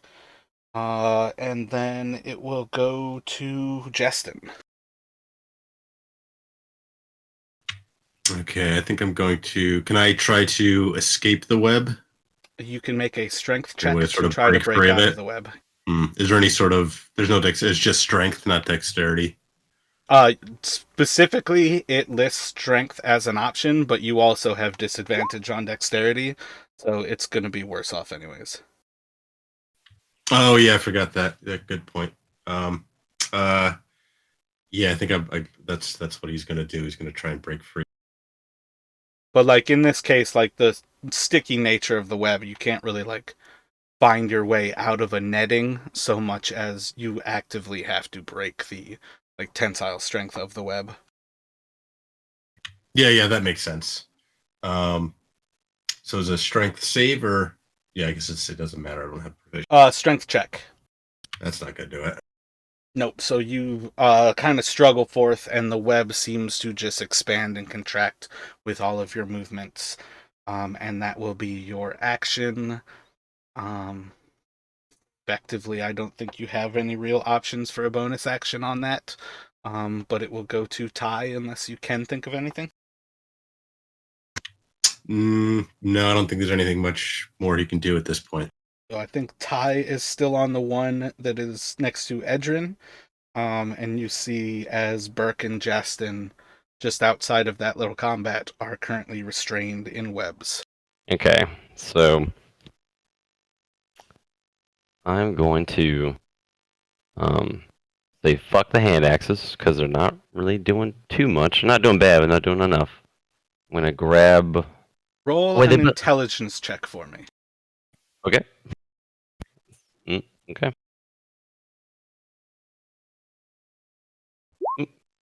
Both of these spiders are looking extremely rough. If you can make 2 successful attacks, you are almost guaranteed to be able to kill these spiders with these 2 attacks. I was gonna ask, with action surge and this sort of thing, can I essentially just make a third attack, or is that too much? Well, that's effectively what action surge gives you. At level 3, your action surge with 2 light weapons gives you 3 attacks using attack, extra attack action, and then your bonus attack. If you use a heavier weapon, you can do an attack and then expend action surge and do another attack.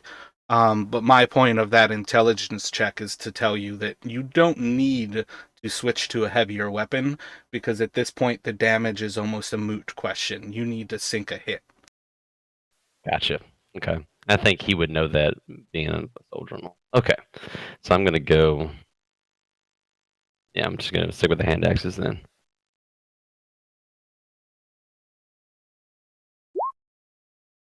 What's your first attack on? Which one?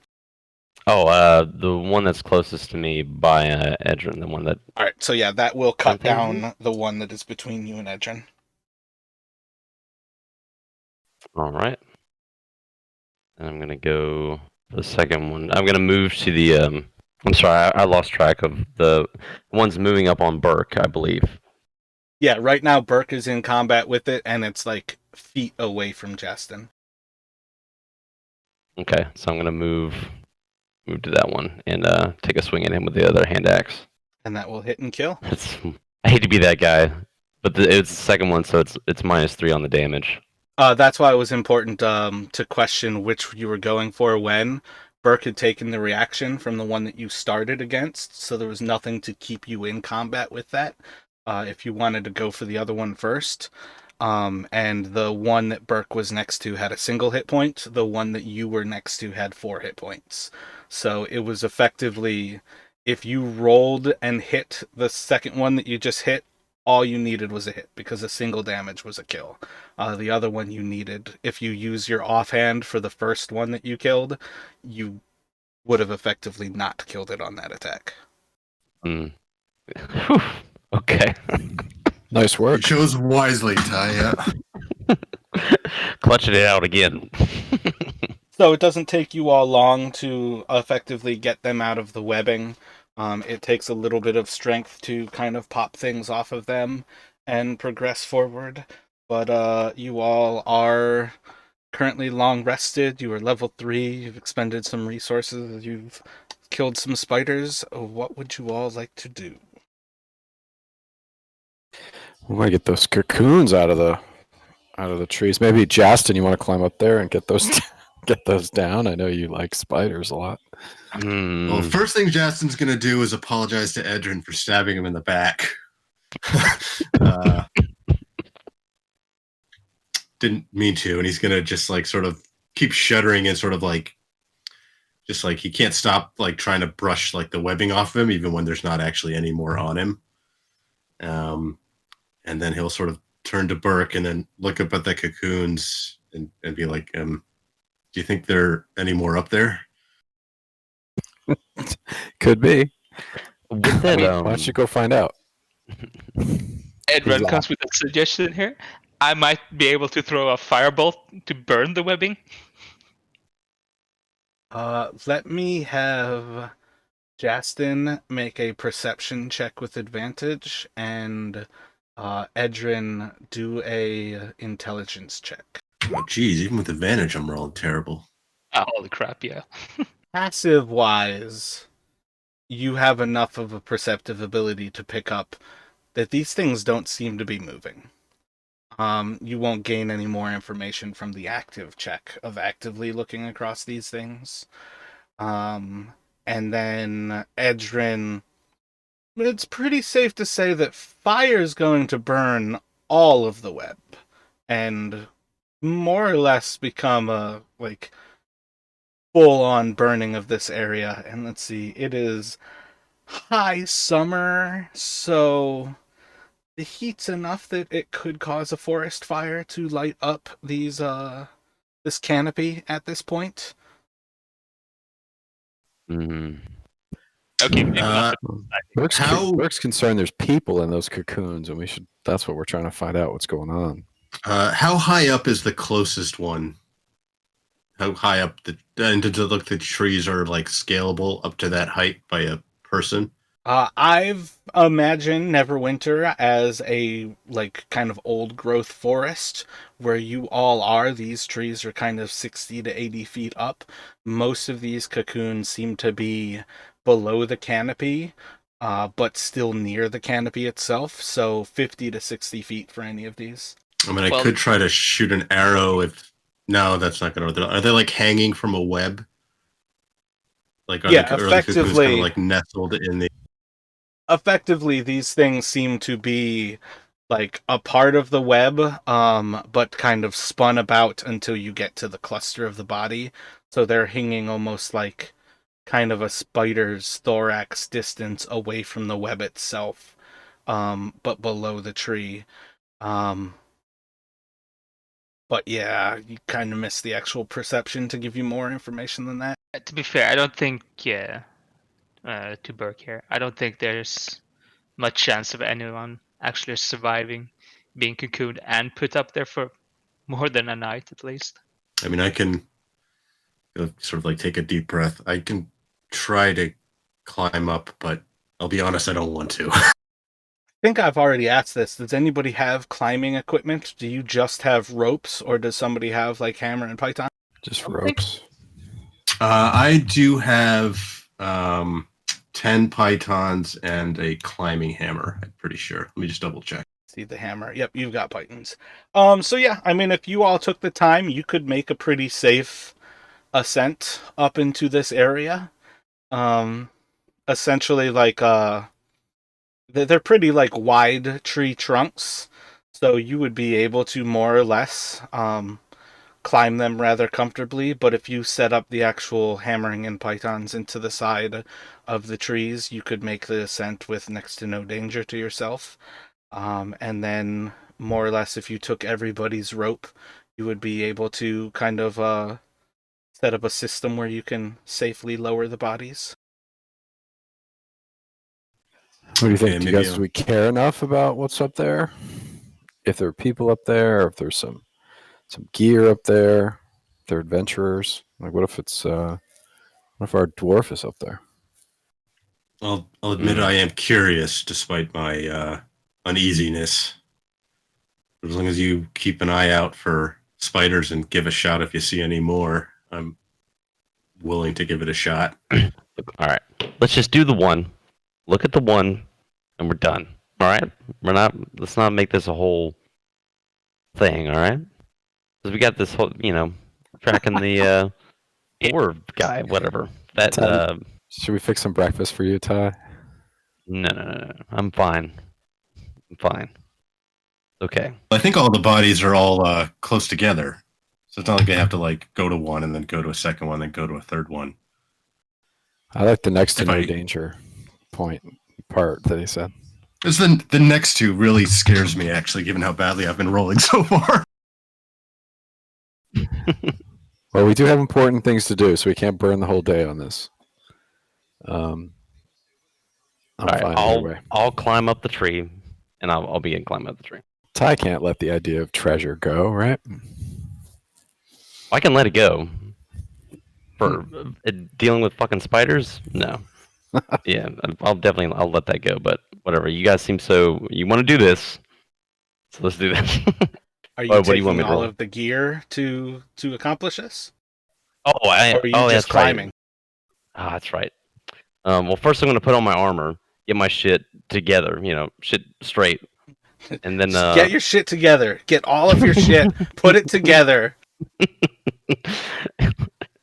and I'm going to I'm just gonna straight up climb. Fuck it, I'm gonna go for it. All right, let me get a strength check from you. I mean, I can lend him my climbing equipment.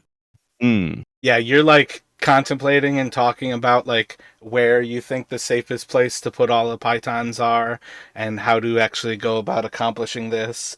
And you're starting to gather up the ropes for yourself, and all of a sudden you just see his Ty again, like throwing his butt to the air, puts on his chainmail, and moments later, as you kind of hear the silence of there's no longer like the ringing of chain, he's already climbed up like 15, 20 feet into this tree. And by the time it kind of sets into you that he took none of the equipment up with him, he is at the top of the tree at the first of these cocoons. What would you like to do now that you have climbed up there, Ty? I like to say before I climbed up, I have a oh no. Well, I'll have like a Like setting up his dragon chest set at the top of the tree. I was gonna say for whatever. All right, I got the dagger in my mouth, like holding as I'm climbing up. When I Yeah, get up there, effectively you're like above the actual hanging cocoons, as you basically have like mounted a one of the larger branches that comes off of this thing that they appear to be hanging from, like the actual, it's almost like a hammock of spider webs that are hanging from this canopy and the larger branches in this area. So you're more or less like horseback riding, mounted across this branch above like the first of these cocoons. hmm. Can I? Tyrell's pretty stupid, so I'm trying to think whether you try to cut the branch or just try and cut the web. The branch I don't is know. way too large for you to cut without. You could spend a solid part of your day trying to cut through the branch with a hand axe. Well, let's roll for it. Oh, okay. He looks like he's smart enough to to not do that. So I'm gonna try and start cutting the web, I guess. What do you see up there? Do you get any sense of what's in the cocoon? Make a perception for me. Jack shit. Kind of the same thing. You don't really see any movement as you're kind of looking about, Ty, but you immediately go to actually carving through the web. And after a quick few moments, you loose the first of these cocoons, and it begins to fall to the ground with a loud, hollow thump. Is it kind of like a haunting, sort of like, doom, like Like a splat, like a person splat? Anything that was living certainly wouldn't live through that sound of colliding into the ground. I'm not sure how many people who have ever had the joy of hearing a friend's skull smack into something like concrete. That's kind of what you just heard. Hmm. Yeah, I'm not cutting down another one, and I'm gonna start climbing down. Well, let's inspect what happened on the ground here. What was in there? Let me have Burke roll a investigation for me. So as you begin cutting this open, you very quickly see the withered remains of a human who, it's pretty safe to say, has been dead for a day or two. You can make a medicine check if you want to get a more precise idea of when they passed on. I just want to do a medicine check if I get a chance to. They probably died about a day or two ago, or 2 or 3 days ago, rather. and they seem absolutely drained of all colors. Their body is like sunken in on the bones. With any understanding of spiders, it's pretty clear that the spiders have been feeding on these creatures as almost ration sources, just left up there. And while they may have been going back for more, they've probably pretty well used this source up, and there was little else to gain from it. No Might as well treasure. cut down the rest, Ty. All right. Do you want to come here and do it? Because look, if I start cutting all these things down, how many more spiders do you think are out like up here? Honestly. 4 cocoons, 4 spiders. Math adds up. Okay. Fine. If I get attacked by spiders up here, there will be repercussions. Burke's on I the ground promise you. laughing his ass off. You guys are yelling at each other. I'll pick my bow up and just say I'll keep an eye out. Okay. All right. I'm gonna try and I guess. Oh, okay. All right. So my location to the other cocoons. Can I reach to them? Am I gonna have to get on the web to cut them down, or? It takes you a little bit of a finagle to be able to get around and to gain access to the other ones. But barring extremely bad luck, I think you could make it. So if you'd like to move to the next one, you can make a dexterity check for me. Burke, as you were going through the first of this corpse, you very quickly find inside of a pocket on the creature's tunic a small, about like fist-sized silver raven that seems to be of a pretty beautiful craftsmanship. From a pretty cursory understanding, it seems to be tarnished as if it is real silver and not made of some sort of like faux metal, but it seems to be a pretty nice item to have come across. Yeah, Ty, without a problem, you can make it to the second one. Nice. And then I cut him down. Another haunting thud, I assume. Yeah, it would be the same situation. And, I don't know if we want to. I'll just go ahead and cut them all down. Because that one So hit yeah, let me something, just move the get other 2 one. more dexterity checks from you. All right, I'm gonna re-roll it. I'm gonna use my lucky. I gotta be fucking kidding. All right, I guess I'm okay with the 7. That's the glory of being a GM and getting to fuck with people's head. I was looking for not 1, so thanks for the lucky. But you can make one more strength check to climb down after you've released all of the bodies. They all come generally down in the same area, all pretty similar circumstances where there seem to be no movement while you're actually up there preparing to cut through them. They all thud down with a very empty, hollow sound, and then you are able, with next to no effort, make your way down this large tree trunk and return to the ground with your party. So let's see. This first one, you found the silver raven, and you also are able to spot human doesn't really seem to have much for goods, but kind of leather scraps about their body. Much of it doesn't really seem to be especially nice, but they seem to have a few hand axes.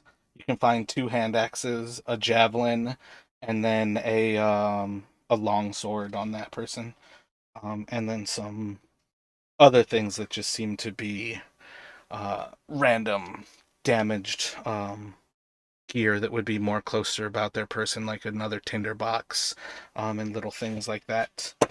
Let me have the other 3 of you make investigations as you kind of look over the other corpses. I'll pat Ty on the shoulders, like, see, told you it'd be all right. Okay. Can we? I think we took there's a shitty longsword we took from Kragmaw, like the castle. We can Yep. trade that one out for this one that probably I guess looks better. Might as well keep both and just see if Linian will give us anything for the battered one. Might give us a little bit. Okay. Well, unless he's got an objection, I'm gonna take the javelin and the longsword. I'm assuming that if it looks better, I'll take that one. Yeah, effectively, anything that's like found in the wild it's a used weapon. They're not going to be like necessarily suitable or nice. But it's more meaningful of something that is well used across combat, and shows signs of wear than that there's a big difference in the actual item quality. I'll still take him and just to have him, I guess. Edrin, roll 3d6 for me. And then Ty, will you roll an investigation for me as well? Justin, roll 3d6 for me as well. So, Edrin, you find 10 gold pieces on the corpse that you find, as well as... Ooh. All right, Edrin, do you have a piece of paper or something to write this down? You are about to find a spell book. Wait a little bit.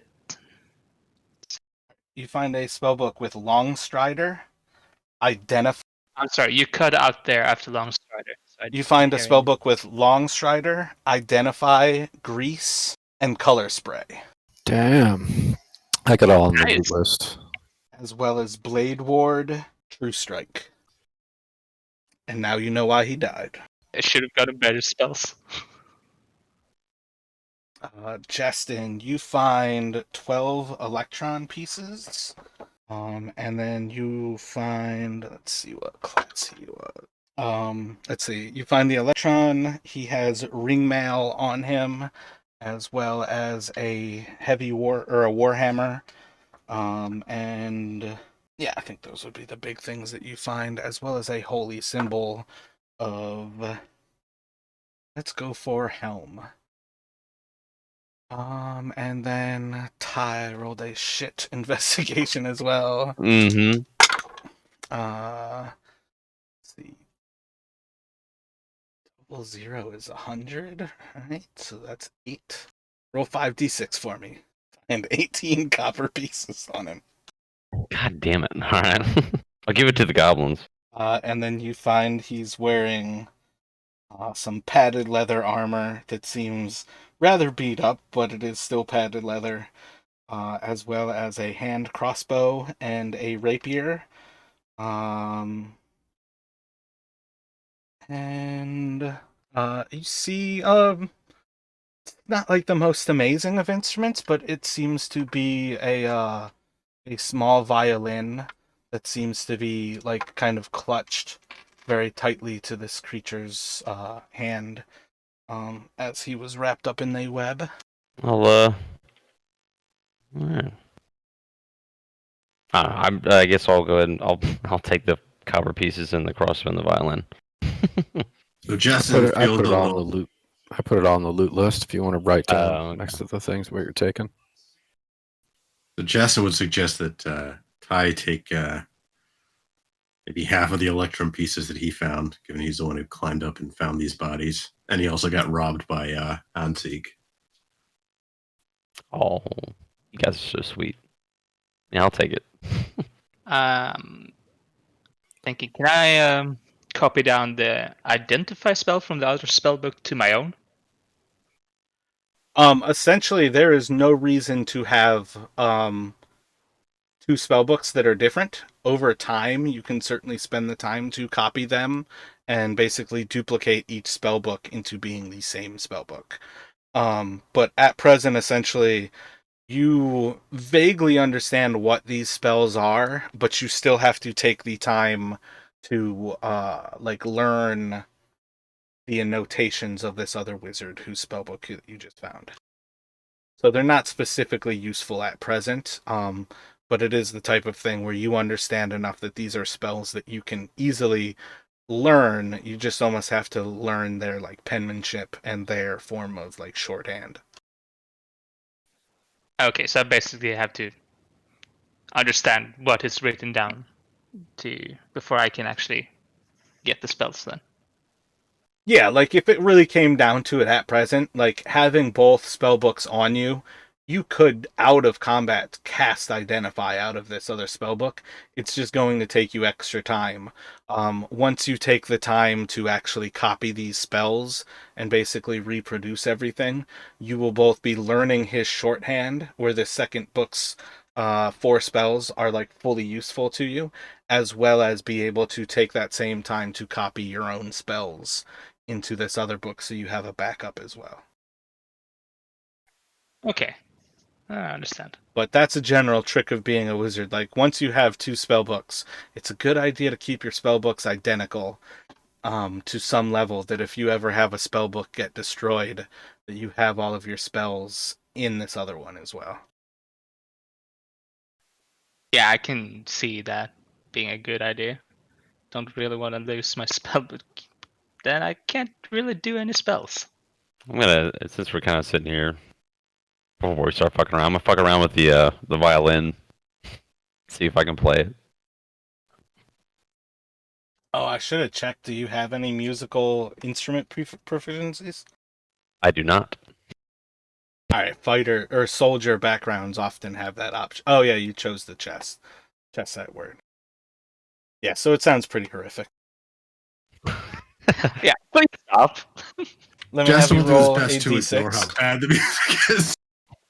A D6. Yes, please. All right.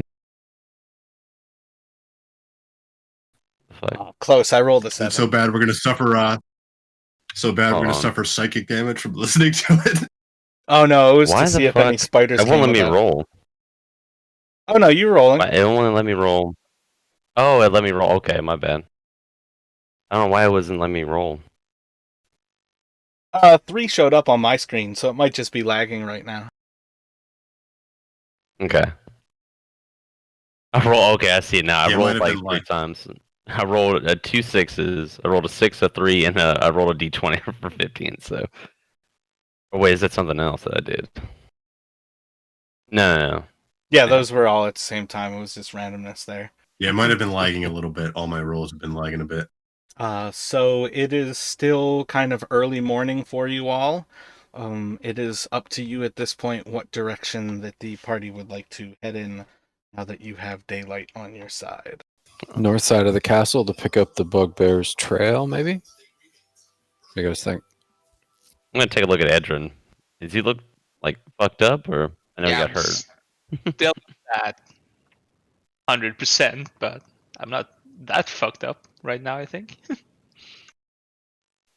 No, I'm gonna So maybe hand in one of our healing potions, and he can hold on to it if he needs it. Yeah, Edrin, there's one in the party loot list. Why don't you take that? Don't mind if I do. And then try to stand behind us. I will definitely try to stand behind you all. Yeah, I can't stab you in the back if you're behind me. So You can always stab me from the front then. You gotta No. watch out with that rapier, man. There's no good solution when I target with randomness of dice. Yeah, it seems like the rapier has a mind of its own about what it wants to hit. All right. well, I've been stabbed once inadvertently. I've stabbed someone else once inadvertently. So back to even now. Yeah, I thought the karma of that was nice. Yeah, yeah. Oh, I thought you stabbed. Let's find this I forgot. bugbear. Yeah, let's find the I stabbed bugbear. him. I stabbed him back when I was somebody else.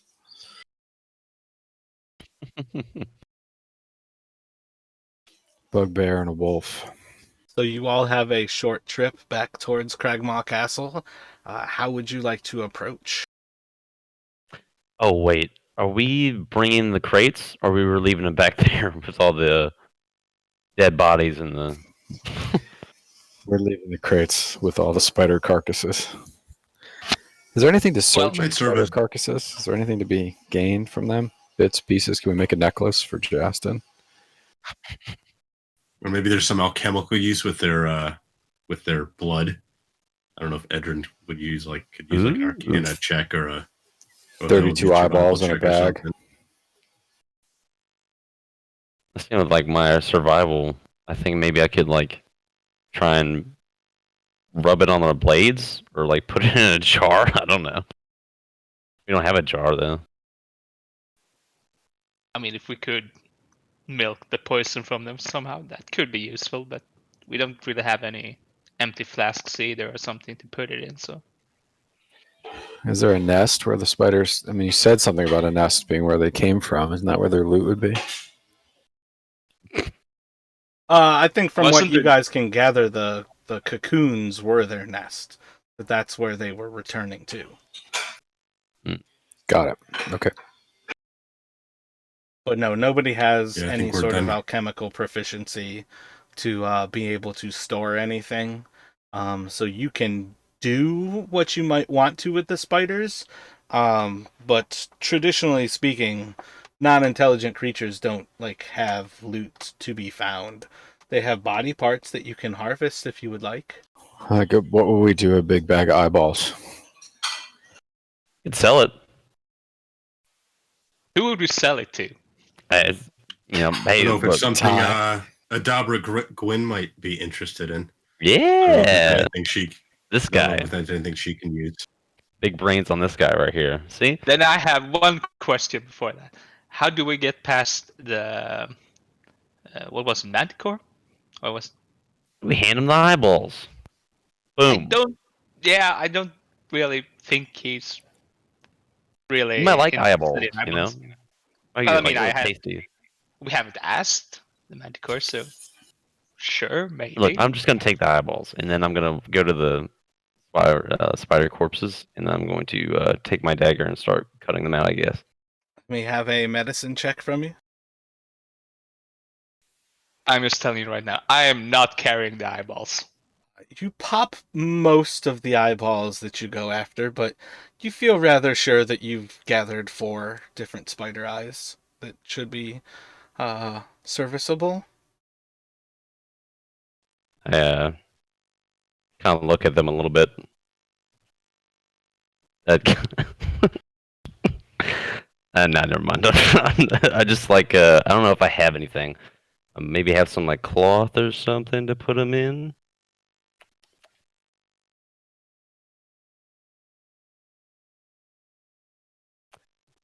Sure, you could find something to wrap them with, or if you don't have anything on your person, you can cut some tunic from one of the corpses that you all have and There you go.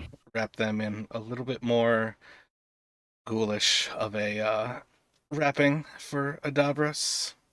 Sure, she'll be quite pleased to find those. Yeah, I don't think anyone needs that padded armor, so I think you'd rip a piece off of that. Anything else you want from these guys while I'm, kind of dissecting them? So, well, Justin's more than happy to suggest doing that. He doesn't really want to get near the bodies himself. I decided Justin has a bit of a spider phobia. Actually, I'm going to try and attempt. It's gonna be really stupid. To maybe take one of the fangs from the spiders and see how that goes. Yeah, that does seem stupid. Do a dexterity check. Make a Constitution DC 11 saving throw, please. Boom. You do cut yourself on the fang, but you feel a bit of a warm sensation, kind of like emanating from the like palm of your hand where you were trying to steady it as you cut it from the creature. You feel like it's not taking a hold of your body. But effectively, like the fang that you've cut off, you've like kind of squeezed on the actual venom sac and have expended its poison. Damn it. Hey, before we kill ourselves, why don't we get going? All right. Yeah, I second that motion. Yep, all right. I guess Yeah, sort so of. press our luck. Yeah. In general, if you want to like maintain some semblance of their poison, you either need to have like an alchemical proficiency, like as far as tools go, to have like the skill and understanding to kind of collect things like that from creatures. Otherwise, you're definitely Gotcha. just going to be crap shooting in the dark, where if you fail, you're going to essentially be taking the effect of such things like that. You have no clue what you're doing. It's going to be the medicine check, like the eyes, where you more or less did more damage than you did good with the eyes. I'll still keep the fang and like wrap it up separately from the eyes. Like Oh, a it probably shitty makes a piece of badass cloth. necklace for sure. So when we approach the castle, how are we going to not get shot by the goblins? They don't Wow. seem bright. Well, we can, I'd suggest we try to give it a bit of a wide berth, yeah. wide as we can. Do you want to go Approach west from the north? and north of the castle, or do you want to go east and then north of the castle? I think we should go east and north because wasn't So I think the main entrance was on the west side of it. So maybe they'd probably be watching more out that way. So maybe to the east. Yeah, but I was also thinking about where the trail was going off that Justin followed. So, and that was it went north, right, and then the trailed up like to the east, right? Or am I remembering wrong? No, that was correct. Yeah, I thought there was kind of like one on either side of it, and then they kind of like meet up towards that like the north, and then lead off north and then east. Yeah, so if you're coming from that south by southwest trail, like that leads off from the castle south by southwest, there are essentially two other trails leading from this away from this castle. One goes north and generally east, and the other one goes south and generally east. But at this point, if you all approach the castle, I think you made the correct assessment that going to the west side of the castle is likely to put you in more danger, and it takes you further away from at least one of the paths while you're going to the north by northeast pass.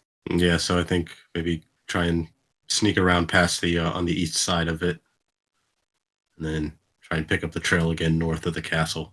So let me have what was it? It can be either Justin with advantage with Edrin helping him, or Justin doing a investigation and Ty doing a survival. It's up to you all what you would like to roll as you're kind of passing around this area. We've had a lot of success with Jason and Edrin. So that would be my suggestion. Just have them lead. Yeah, I'm more than happy to assist with the investigation. So Okay. So along the east side of the castle, you are able to pick up that the trail that that you were following before that goes off to the north actually swings back around, and it ends up rejoining this south by southeast path about 200 feet south of the actual castle. So you all kind of move around to the east, move up to the north, and start to follow that trail. And as it starts to curve back around where you saw the dwarf go, you more or less kind of blindly track for a little bit before you're able to pick up the signs again of this dwarf's passage. And as you kind of track through this area, you quickly see signs that this is the bugbear, as well as the dwarf seems to be following it. Again, you see the dwarf's footprints where they show up at the same place as the bugbear seem to be on top of the bugbear. So again, the dwarf seems to be following the creature in front of it. And you all are able to start to track that. And that kind of gets you back onto the actual track. How would you all like to progress forward now that you have a general understanding of where Grohl is traveling? I think Justin has to go first to keep the trail, right? No, Yeah, I guess question is, do we want to all sort of stick more or less together or spread out a little bit? I think we should stick together with. Yeah, I mean, I guess at this point, speed is more important than stealth. we're pretty far behind. If we want to try and catch up. Yeah. Not like running though. We're keeping kind of keeping a steady pace. We're just not really to worry about stealth, right? Yeah, kind of like a normal, just like a kind of a normal pace, rather than sort of like trying to like creep through. Yeah, yeah. Given it's daylight, we might be able to. So if there are more threats, we might be able to see them more quickly, like rather than like I'd say like we'd be sneaking around if it was dark out. But now that it's daylight, we want to try and make up some ground. Yeah, we already wasted quite a lot of time. Comes to he's got a pretty great head start. It's a pretty profitable time for some of Yeah, us. I mean we didn't waste it, but I mean like he has a pretty good head start on us. It's not like we're going to run up behind him, right? Surprise him. No, I don't think we're gonna be able to surprise him like that. I'm thinking more that we're probably gonna find him at its end destination more likely than we're finding him on the trail, so to speak. Well, I guess we move forward and see what we can see. Right behind you. Alrighty, so moving with a little bit higher of a pace, let me have you do another investigation with advantage to try to keep sight of this trail. You are able to keep in line. The trail gets a little bit more clear as at times it seems to be that they're moving with less stealth uh, to their exit from this area. After a while, there will be a point where let me have you make a dexterity saving throw. Justin at one point gets to a point where everybody hears a loud snap, and at kind of the last moment, you see as he's removing his foot at the same moment that his boot seems to be pulled off of his foot and lifted about 35 feet into the air. And he just barely gets himself free of this snare that seems to almost catapult his boot up into the sky. And you see as his boot just kind of hangs above you all about 35 feet, having narrowly missed the trail. This snare set across the trail about 2 hours outside of Cragmaw Cave.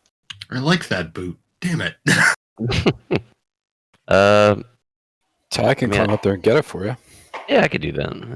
Or you can shoot it down. Yeah, overall, it doesn't take you all long to actually re-accomplish that. It does basically waste some time, but you were able to avoid the trap itself.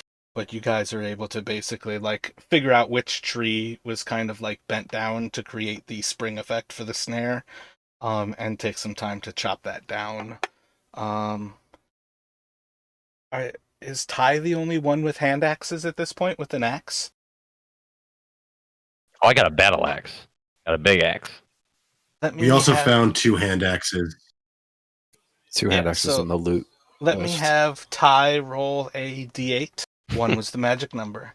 So yeah, you're able to chop down the tree with a little fanfare, retrieving the boot. But you are rather sure that you all are off like the main trail where this trap is not like completely unheard of to expect a trap at this point, but it is somewhat surprising that perhaps this creature was preparing to try to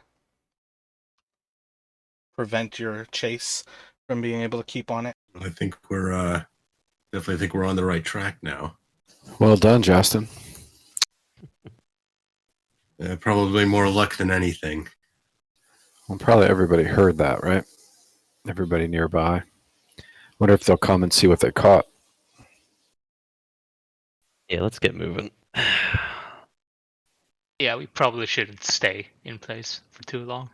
So as you all are kind of progressing forward following this trail, it's predominantly leading kind of how you know is away from what is Neverwinter Wood. Everybody has a pretty good sense of that. Going south too much further, you will eventually start to make your way out of the wood itself. But at present, you all are still in the heart of it, and you are going towards a lower bit of the country away from the Sword Mountains, even though you're kind of going back towards the rolling hills of it. This is into a valley as you start to gain a sense of the ground is a little bit soggier. And off to the north of you, you start to see signs of standing water as you seem to be approaching nearer and nearer to a swamp of sorts that seems to take up part of the Neverwinter Wood here. But you all continue on through this path, tracking through. Let me have another investigation from you to see how you are keeping the trail. Fucking killing it. Yeah, you guys feel like you're making good headway, trying to catch up, and seem to be doing a pretty solid job, keeping up on Grohl's tracks. And at times, it does seem like the dwarf is doing some bit of work to almost fall across different branches to um, break different sections of branches that kind of give away its position. And let me have another from you. So we're predominantly going north, right? No, you guys are going south by southeast right now. Okay. Yeah, I think the trail like sort of started off north and then kind of turned back around. Yeah, again, the north trail was meant to throw you uh off of his scent essentially.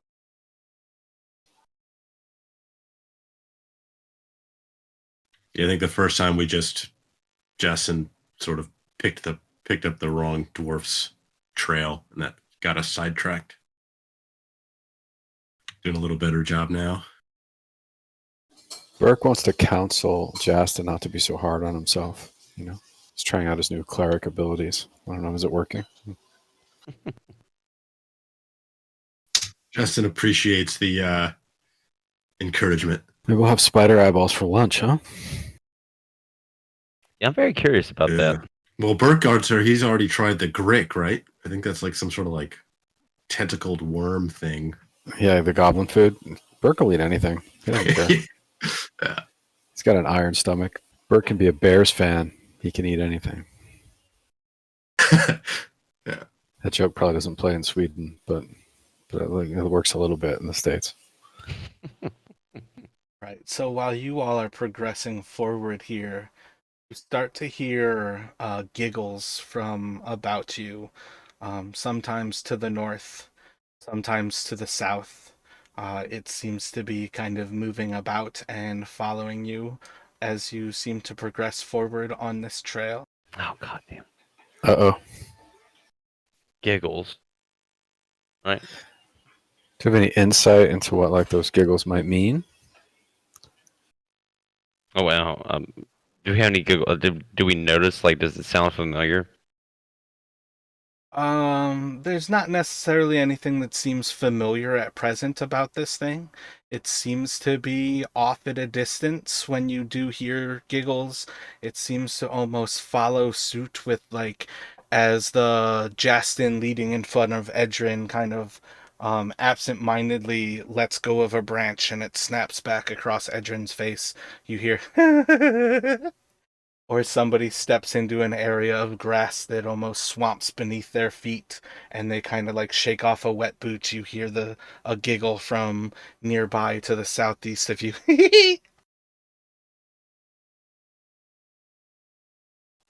Justin's gonna like whisper back, like, I think Ansik might be following us. I mean, You get a hoot out of this sort of thing. well, he definitely would. And I think Screech would actually find this pretty funny too. The first one. Not sure about the second one.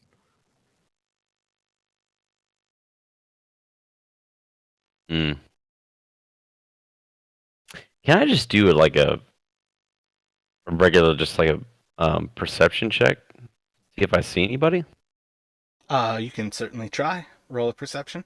As you stop and kind of look around. But Ty was taking up the rear of the party. Were you at the back?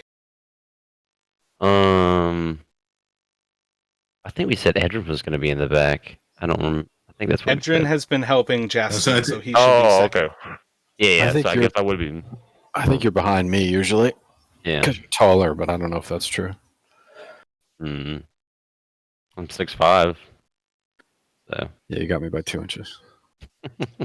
So as you kind of stop to look around, and everybody begins to kind of move forward from you, I am going to do something real quick.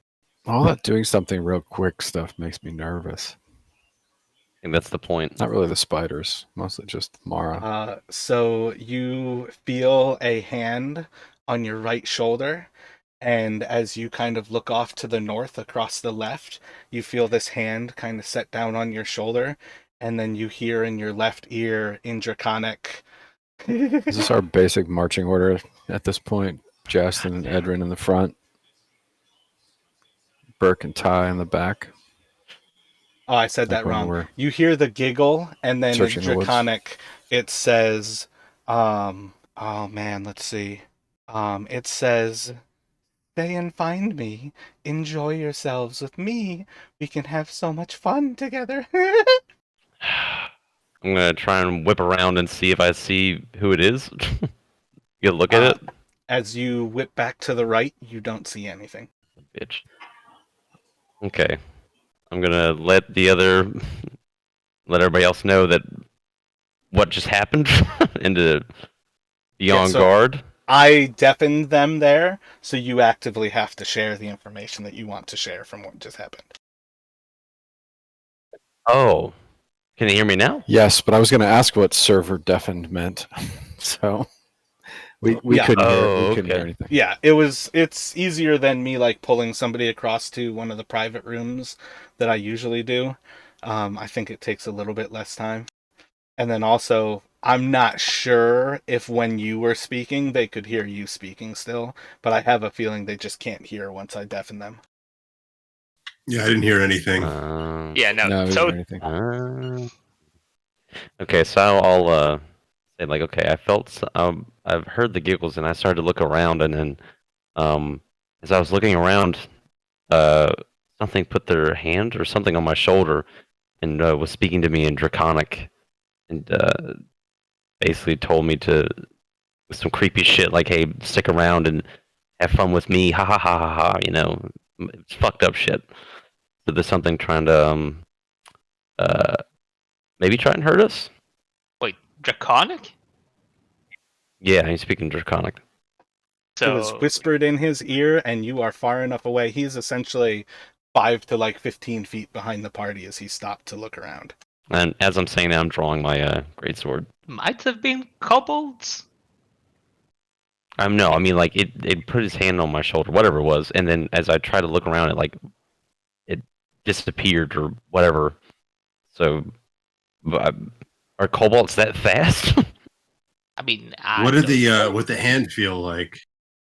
Yeah, I was I was know. going to ask him what the hand felt like. Was it a claw? Was it a hand, a person's hand? Yeah. Do I remember or like? It's hard to kind of get a sense other than it felt almost like a memory more than an actual feeling. It reminded you a lot of as a child when you would kind of like walk out to see your father, and your father would set his hand across your shoulder, and you would like overlook like his day's work, and you would kind of sit back, and it was more that kind of memory than the actual feeling. It was a very eerie feeling to cross your body. So yeah, we'll just say it was very. I don't remember exactly what the hand felt like. I know what the feeling it gave off was. It was very eerie and just kind of weird. Justin's going to turn to Edrin. Can you, remembering the gnarled stick, he's like, can you see if there's something nearby? Right? We have that wand of detect magic. I mean, I have no idea if that would be helpful, but that would be what he'd suggest. I mean, we don't really need to use the stick for detect magic. I can do detect magic myself. So Um, just so um, without wasting one of your, wasting your magic. You know what I mean? Would it be better to just use the stick? I don't know anything about magic.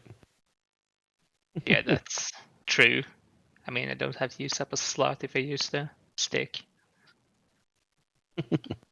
Yeah, I mean, I don't know if that would even be. I don't mean try. Yeah, let's try to use the stick of detect magic. As you start to pull the wand out, assuming you've got it like stored in your robes, as you kind of start to pull the wand out of your robes, you hear a giggle from 40, 50 feet away to the east. And in Draconic, the two of you would hear, "Ooh, that's pretty." Is that area kind of like covered with like vegetation and woodland, so we can't see what's over there? Or You both of you make perception checks for me. It seems kind of like clearing up in this area of the forest. It's a little bit older of a growth area, and it is inside of where it's starting to turn into more of the swampy terrain, but there's still some cover that this thing could be behind, smaller bits of growth, but this is still almost like open area for how many tree trunks block a general bit of area. It's more open than you've kind of been walking through, but you still don't seem to see any sign of anything moving around. I'm gonna slowly kind of walk towards that. I guess As you start to walk forward towards it, make a dexterity saving throw for me. As you kind of like start to step forward, you feel at the last moment as your foot starts to sink into the water in front of you, the grass almost completely start to give away, and your foot's almost 8 inches underneath the water, and you pull all of the weight off of it and kind of like thrust yourself back with your muscle. Just like in a very athletic kind of, all of your body weight is forward and you like throw yourself backwards to keep from falling into what immediately gives you a sensation of a deep pit of water, and you kind of fall backwards onto your butt behind you, onto dry land, and you hear the giggle from off in the northwest, like, "Yes, come swimming with me," again in Draconic. And as it happens, I'm gonna say, let's get the fuck out of here. Let's just go ahead and let's just get out. Yeah, I Keep don't want to. moving. Yeah. Edrin, can you talk to it? But I mean, both me and Ty can talk to it, so. Have we actually used the wand yet? No, we haven't. I don't think so. I don't know if it's a good idea, but Let's say hello.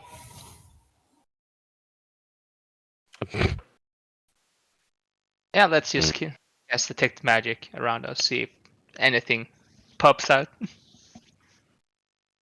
So assuming you're around where Ty first felt it when you cast Detect Magic, you would see almost like wisps of illusory magic that seem to be kind of floating through the air, almost like dust.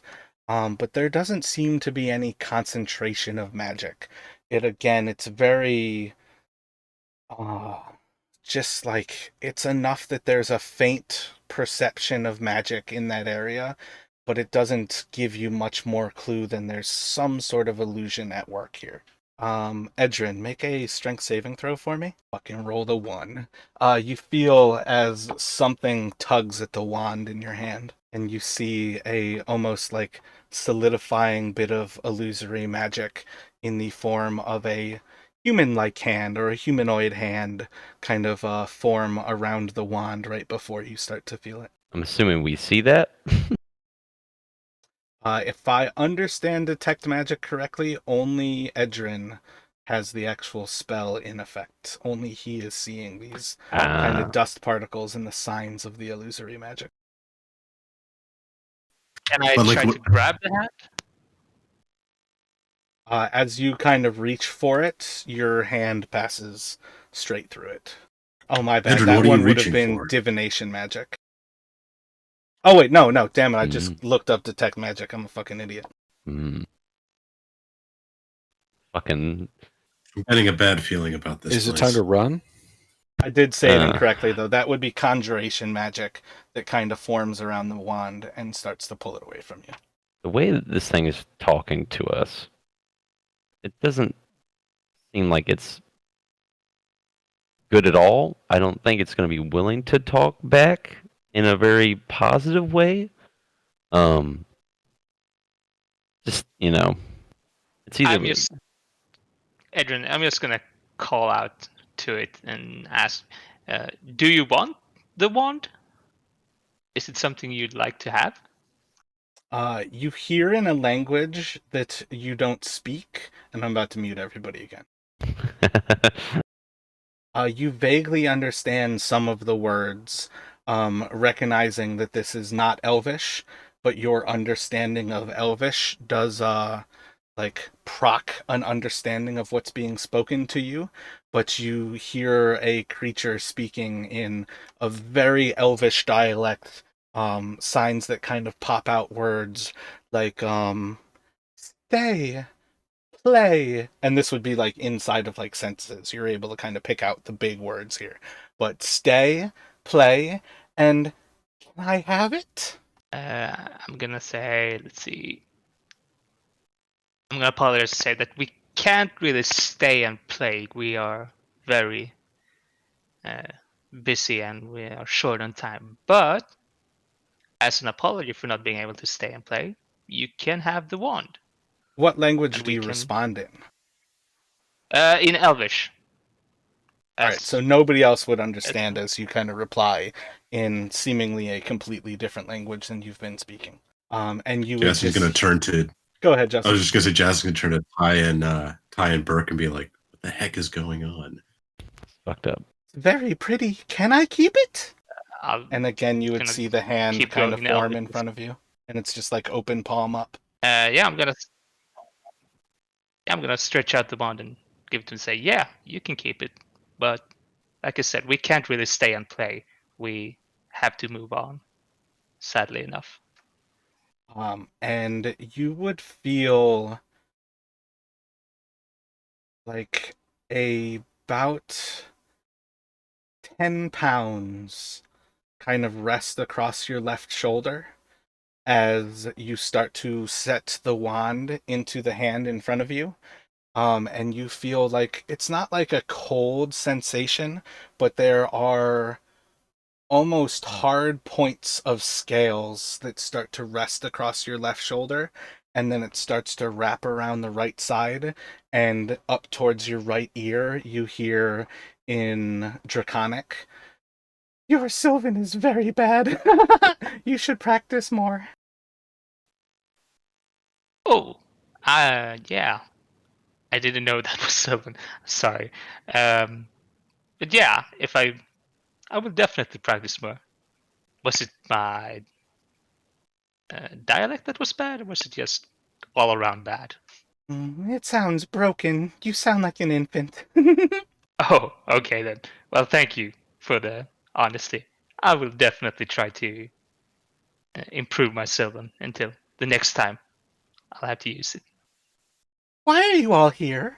Did you come to play with me? We are. Sadly enough, we didn't come to play with you. We came in search of a bugbear and a dwarf. They wouldn't play either. Bugbear was mean. And that's like Really? the first time that you would have heard it speak without giggling. That's not nice. What kind of way was he mean? He was hurting the dwarf and they ran past here. They wouldn't stay and play. They didn't give me anything pretty to play with. And you see as the wand kind of sparks and just kind of like floats in the air in front of you as it releases another charge. That's really not nice. And did you see in which way they went? You seem to be following them. Do you need me to show you? I can show you where they're going, but I might still want to have fun with you. I mean, I can't really say if you can trick the others. I'm not really sure if they want to, but sure, if you want to have fun with me a bit. Hold on. Do we hear this? Do I hear this? Excuse me. Are they still speaking in Draconic or? This would be back into Draconic. My bad. After it said the little quip about his Sylvan being bad, it would have switched back to Draconic. Okay, and I would jump in and say, as he's saying, like, you know, he can, him and whatever the hell this thing is can play. I'm gonna say, what do you mean by play? What do you what are you gonna do? I just like to laugh. There's a lot of funny things that can happen in a place like this. It was really funny when you fell into the water there. I like seeing you fall on your butt. Yeah, I kind of guess it would be like physical pranks and stuff. Mm. Mm. I don't want to hurt you. I just want to have good fun. And you all seem like good fun. Sure. This is all very weird. Can you just like come out and talk to us instead of this, you know, kind of whispering and all this? I am talking to you. Silly No. human. No. I mean, like, you know, you walk out here and, you know, kind of stand with us, you know, as kind of a, you know, kind of a little bit more normal. Show yourself. Yeah. Showing yourself seems less normal. Where are you all from? Yet I don't really think we're gonna be able to convince whatever it is we're speaking with to conform to our standards. Mm. Are you gonna be nice? Oh Yeah. yeah, definitely. Yeah. Unless, yeah. You see as around Edrin's shoulder, you start to see signs of a small, almost dog-like head start to form with a long face that kind of extends back with long nostrils that are almost about like a third of the length of the face, leading back into these like beautiful like green jade eyes and dark scales of like a yellow, amber, and orange start to form up. And as it kind of extends past the eyes, it gets to be more of like a flame orange red. But there's just like a floating head, completely disembodied, sitting right on top of Edrin's right shoulder. And it seems to be right beside his ear. Wow, aren't you just a little cutie? Yes! Now we're having fun. Let's keep walking. Who's gonna fall in the water next? Yeah, sure. Okay, fine. Go, Let's go, let's yes. just keep going. This way. And you see as the hand and the wand kind of like prance forward in front of Justin, leading you all forward. And while you feel like you start to make a pretty good speed, that this thing seems to be tracking their trail pretty regularly, are you all gonna follow it? Justin's going to turn to Edrin and be like, maybe you should take the lead from here on out. Yeah, I can go in front. I mean, I kind of put this in the situation, so yeah, I'll take the lead. What exactly are we following here, Edrin? Burke's coming last. A little surprised at all of this. Mm. I mean, I'm not really sure what we're following. Can I don't know. It may have gone too far now. Can I roll an insight on this thing? Most certainly, yes. What are you trying to figure out? I just its intentions of like the whole play thing seems kind of funny to me. I mean, that's, you know, she said she didn't want to hurt us, so that sort of intention, you know, is she lying or what does she, you know, want? Is or this more whatever or less it. while you all are stopped in conversation, or after you all start to move forward following the wand? In conversation. Yeah, so just roll an insight for me. Seems like a rather happy kind of creature that's enjoying the misfortunes that kind of cross you all as you walk through this swamp and the brush of this forest. But at present, it seems to kind of giggle at your company and at the things that kind of randomly happen to you. Okay. It seems really lighthearted, but it seems to also kind of like cloud itself in um, more or less being like a bit of a voyeur. It just wants to kind of hang out and watch. So, do you start to follow the Okay. wand as the wand moves forward from you? Well, I'm following it at least. I So, guess we can't let Edrin go alone, but watch your step, everybody. yeah, so you very quickly find out that as long as you are following this thing, you have no problem keeping to the actual trail. The wand almost prances in front of you and kind of dips the front of the wand into each little footprint as it like walks in front of you. But you also find yourself often walking into deep puddles as it seems to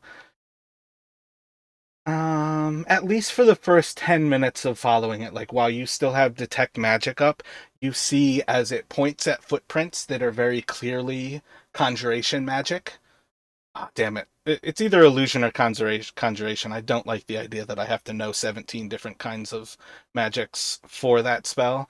But you see as clearly this thing kind of forms different footprints, and while you seem to be moving faster than Justin can track this thing, you're also finding yourself falling into more pools of water, and every single time you hear a little giggle from the right side of your shoulder.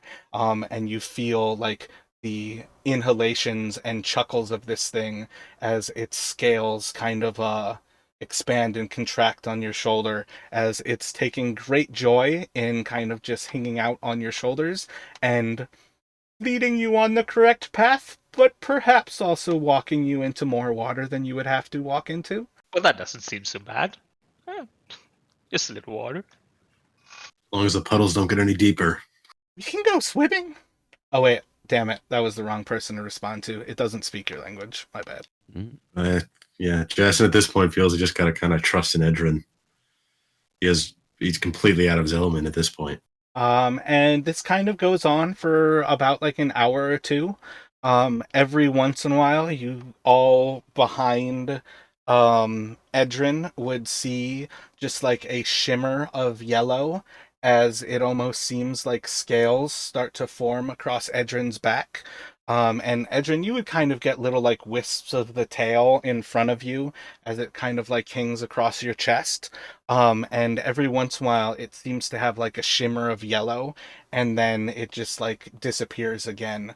But there's just anybody with an intelligence over or like a passive intelligence over 15, roughly every hour or so this thing seems to shimmer with a little bit of yellow across its scales before disappearing entirely again. But as long as you guys don't seem to be bothering it, it still has that about like 10 or 15 pounds of weight in front of you or leaning on your shoulders as it kind of rests across you. And that goes on for about like 2 or so hours while you all make incredible time across this swamp. And we will get to the point where it kind of says, I'm going to have to leave you here, but they are camping just up ahead. And you hear the final little giggle as the weight across your shoulder kind of dissipates. And you guys can see that there seems to be a small campfire about 100 feet ahead of you. And this would be roughly about like 4 to 5 in the evening. The sun is beginning to show signs of setting, but it is overall still like high in the sky. And you see the small campfire there and you see the bugbear seems to be perhaps heating up some rations or some such. But I think that's where we are going to call it, as all have successfully navigated the area, and a very interesting idea to give up your wand. But that's one of the things that a fairy dragon is after, is treasure, and it was quite happy to make sure to get you where you were going. A fairy dragon. Ah, cool. Wow. That went completely different than what I was thinking. But Nice Yeah, work, same. Oh yeah, that could have been an incredible encounter on many different levels. Yeah, I just had a feeling that we really didn't want to fight it, so I was trying to just go along with it. it's a good thing you took lead Yeah, because I feel like pissing it off might have been a very bad thing to do. I mean, at the least, it could have just So, led us around the swamp for hours without us getting out. Seeing as it could do illusions and things like that. yeah, so good job, Edrin. Hopefully, it won't ask for something else on the way back. I mean, we really should have asked for a name or something. yeah, we may just have to, you know. Well, you did, you made a pretty good job of befriending it. So I don't know. Might be able to just get through there. And if we can take care of the bugbear, we can just tell it that we took care of that mean bugbear for it. Nice work. Very good. Very good. And we know what we're doing next time. I hope everybody had a great time. As always, I will try to hang out if anybody ends up with any questions as we kind of wrap things up here. But otherwise, this will kind of be where we stop. And we will pick up with you all kind of having a, at present, possibility of a ambush situation on the King Roll, the bugbear of the deposed Cragmaw tribe, and see where everybody goes from there.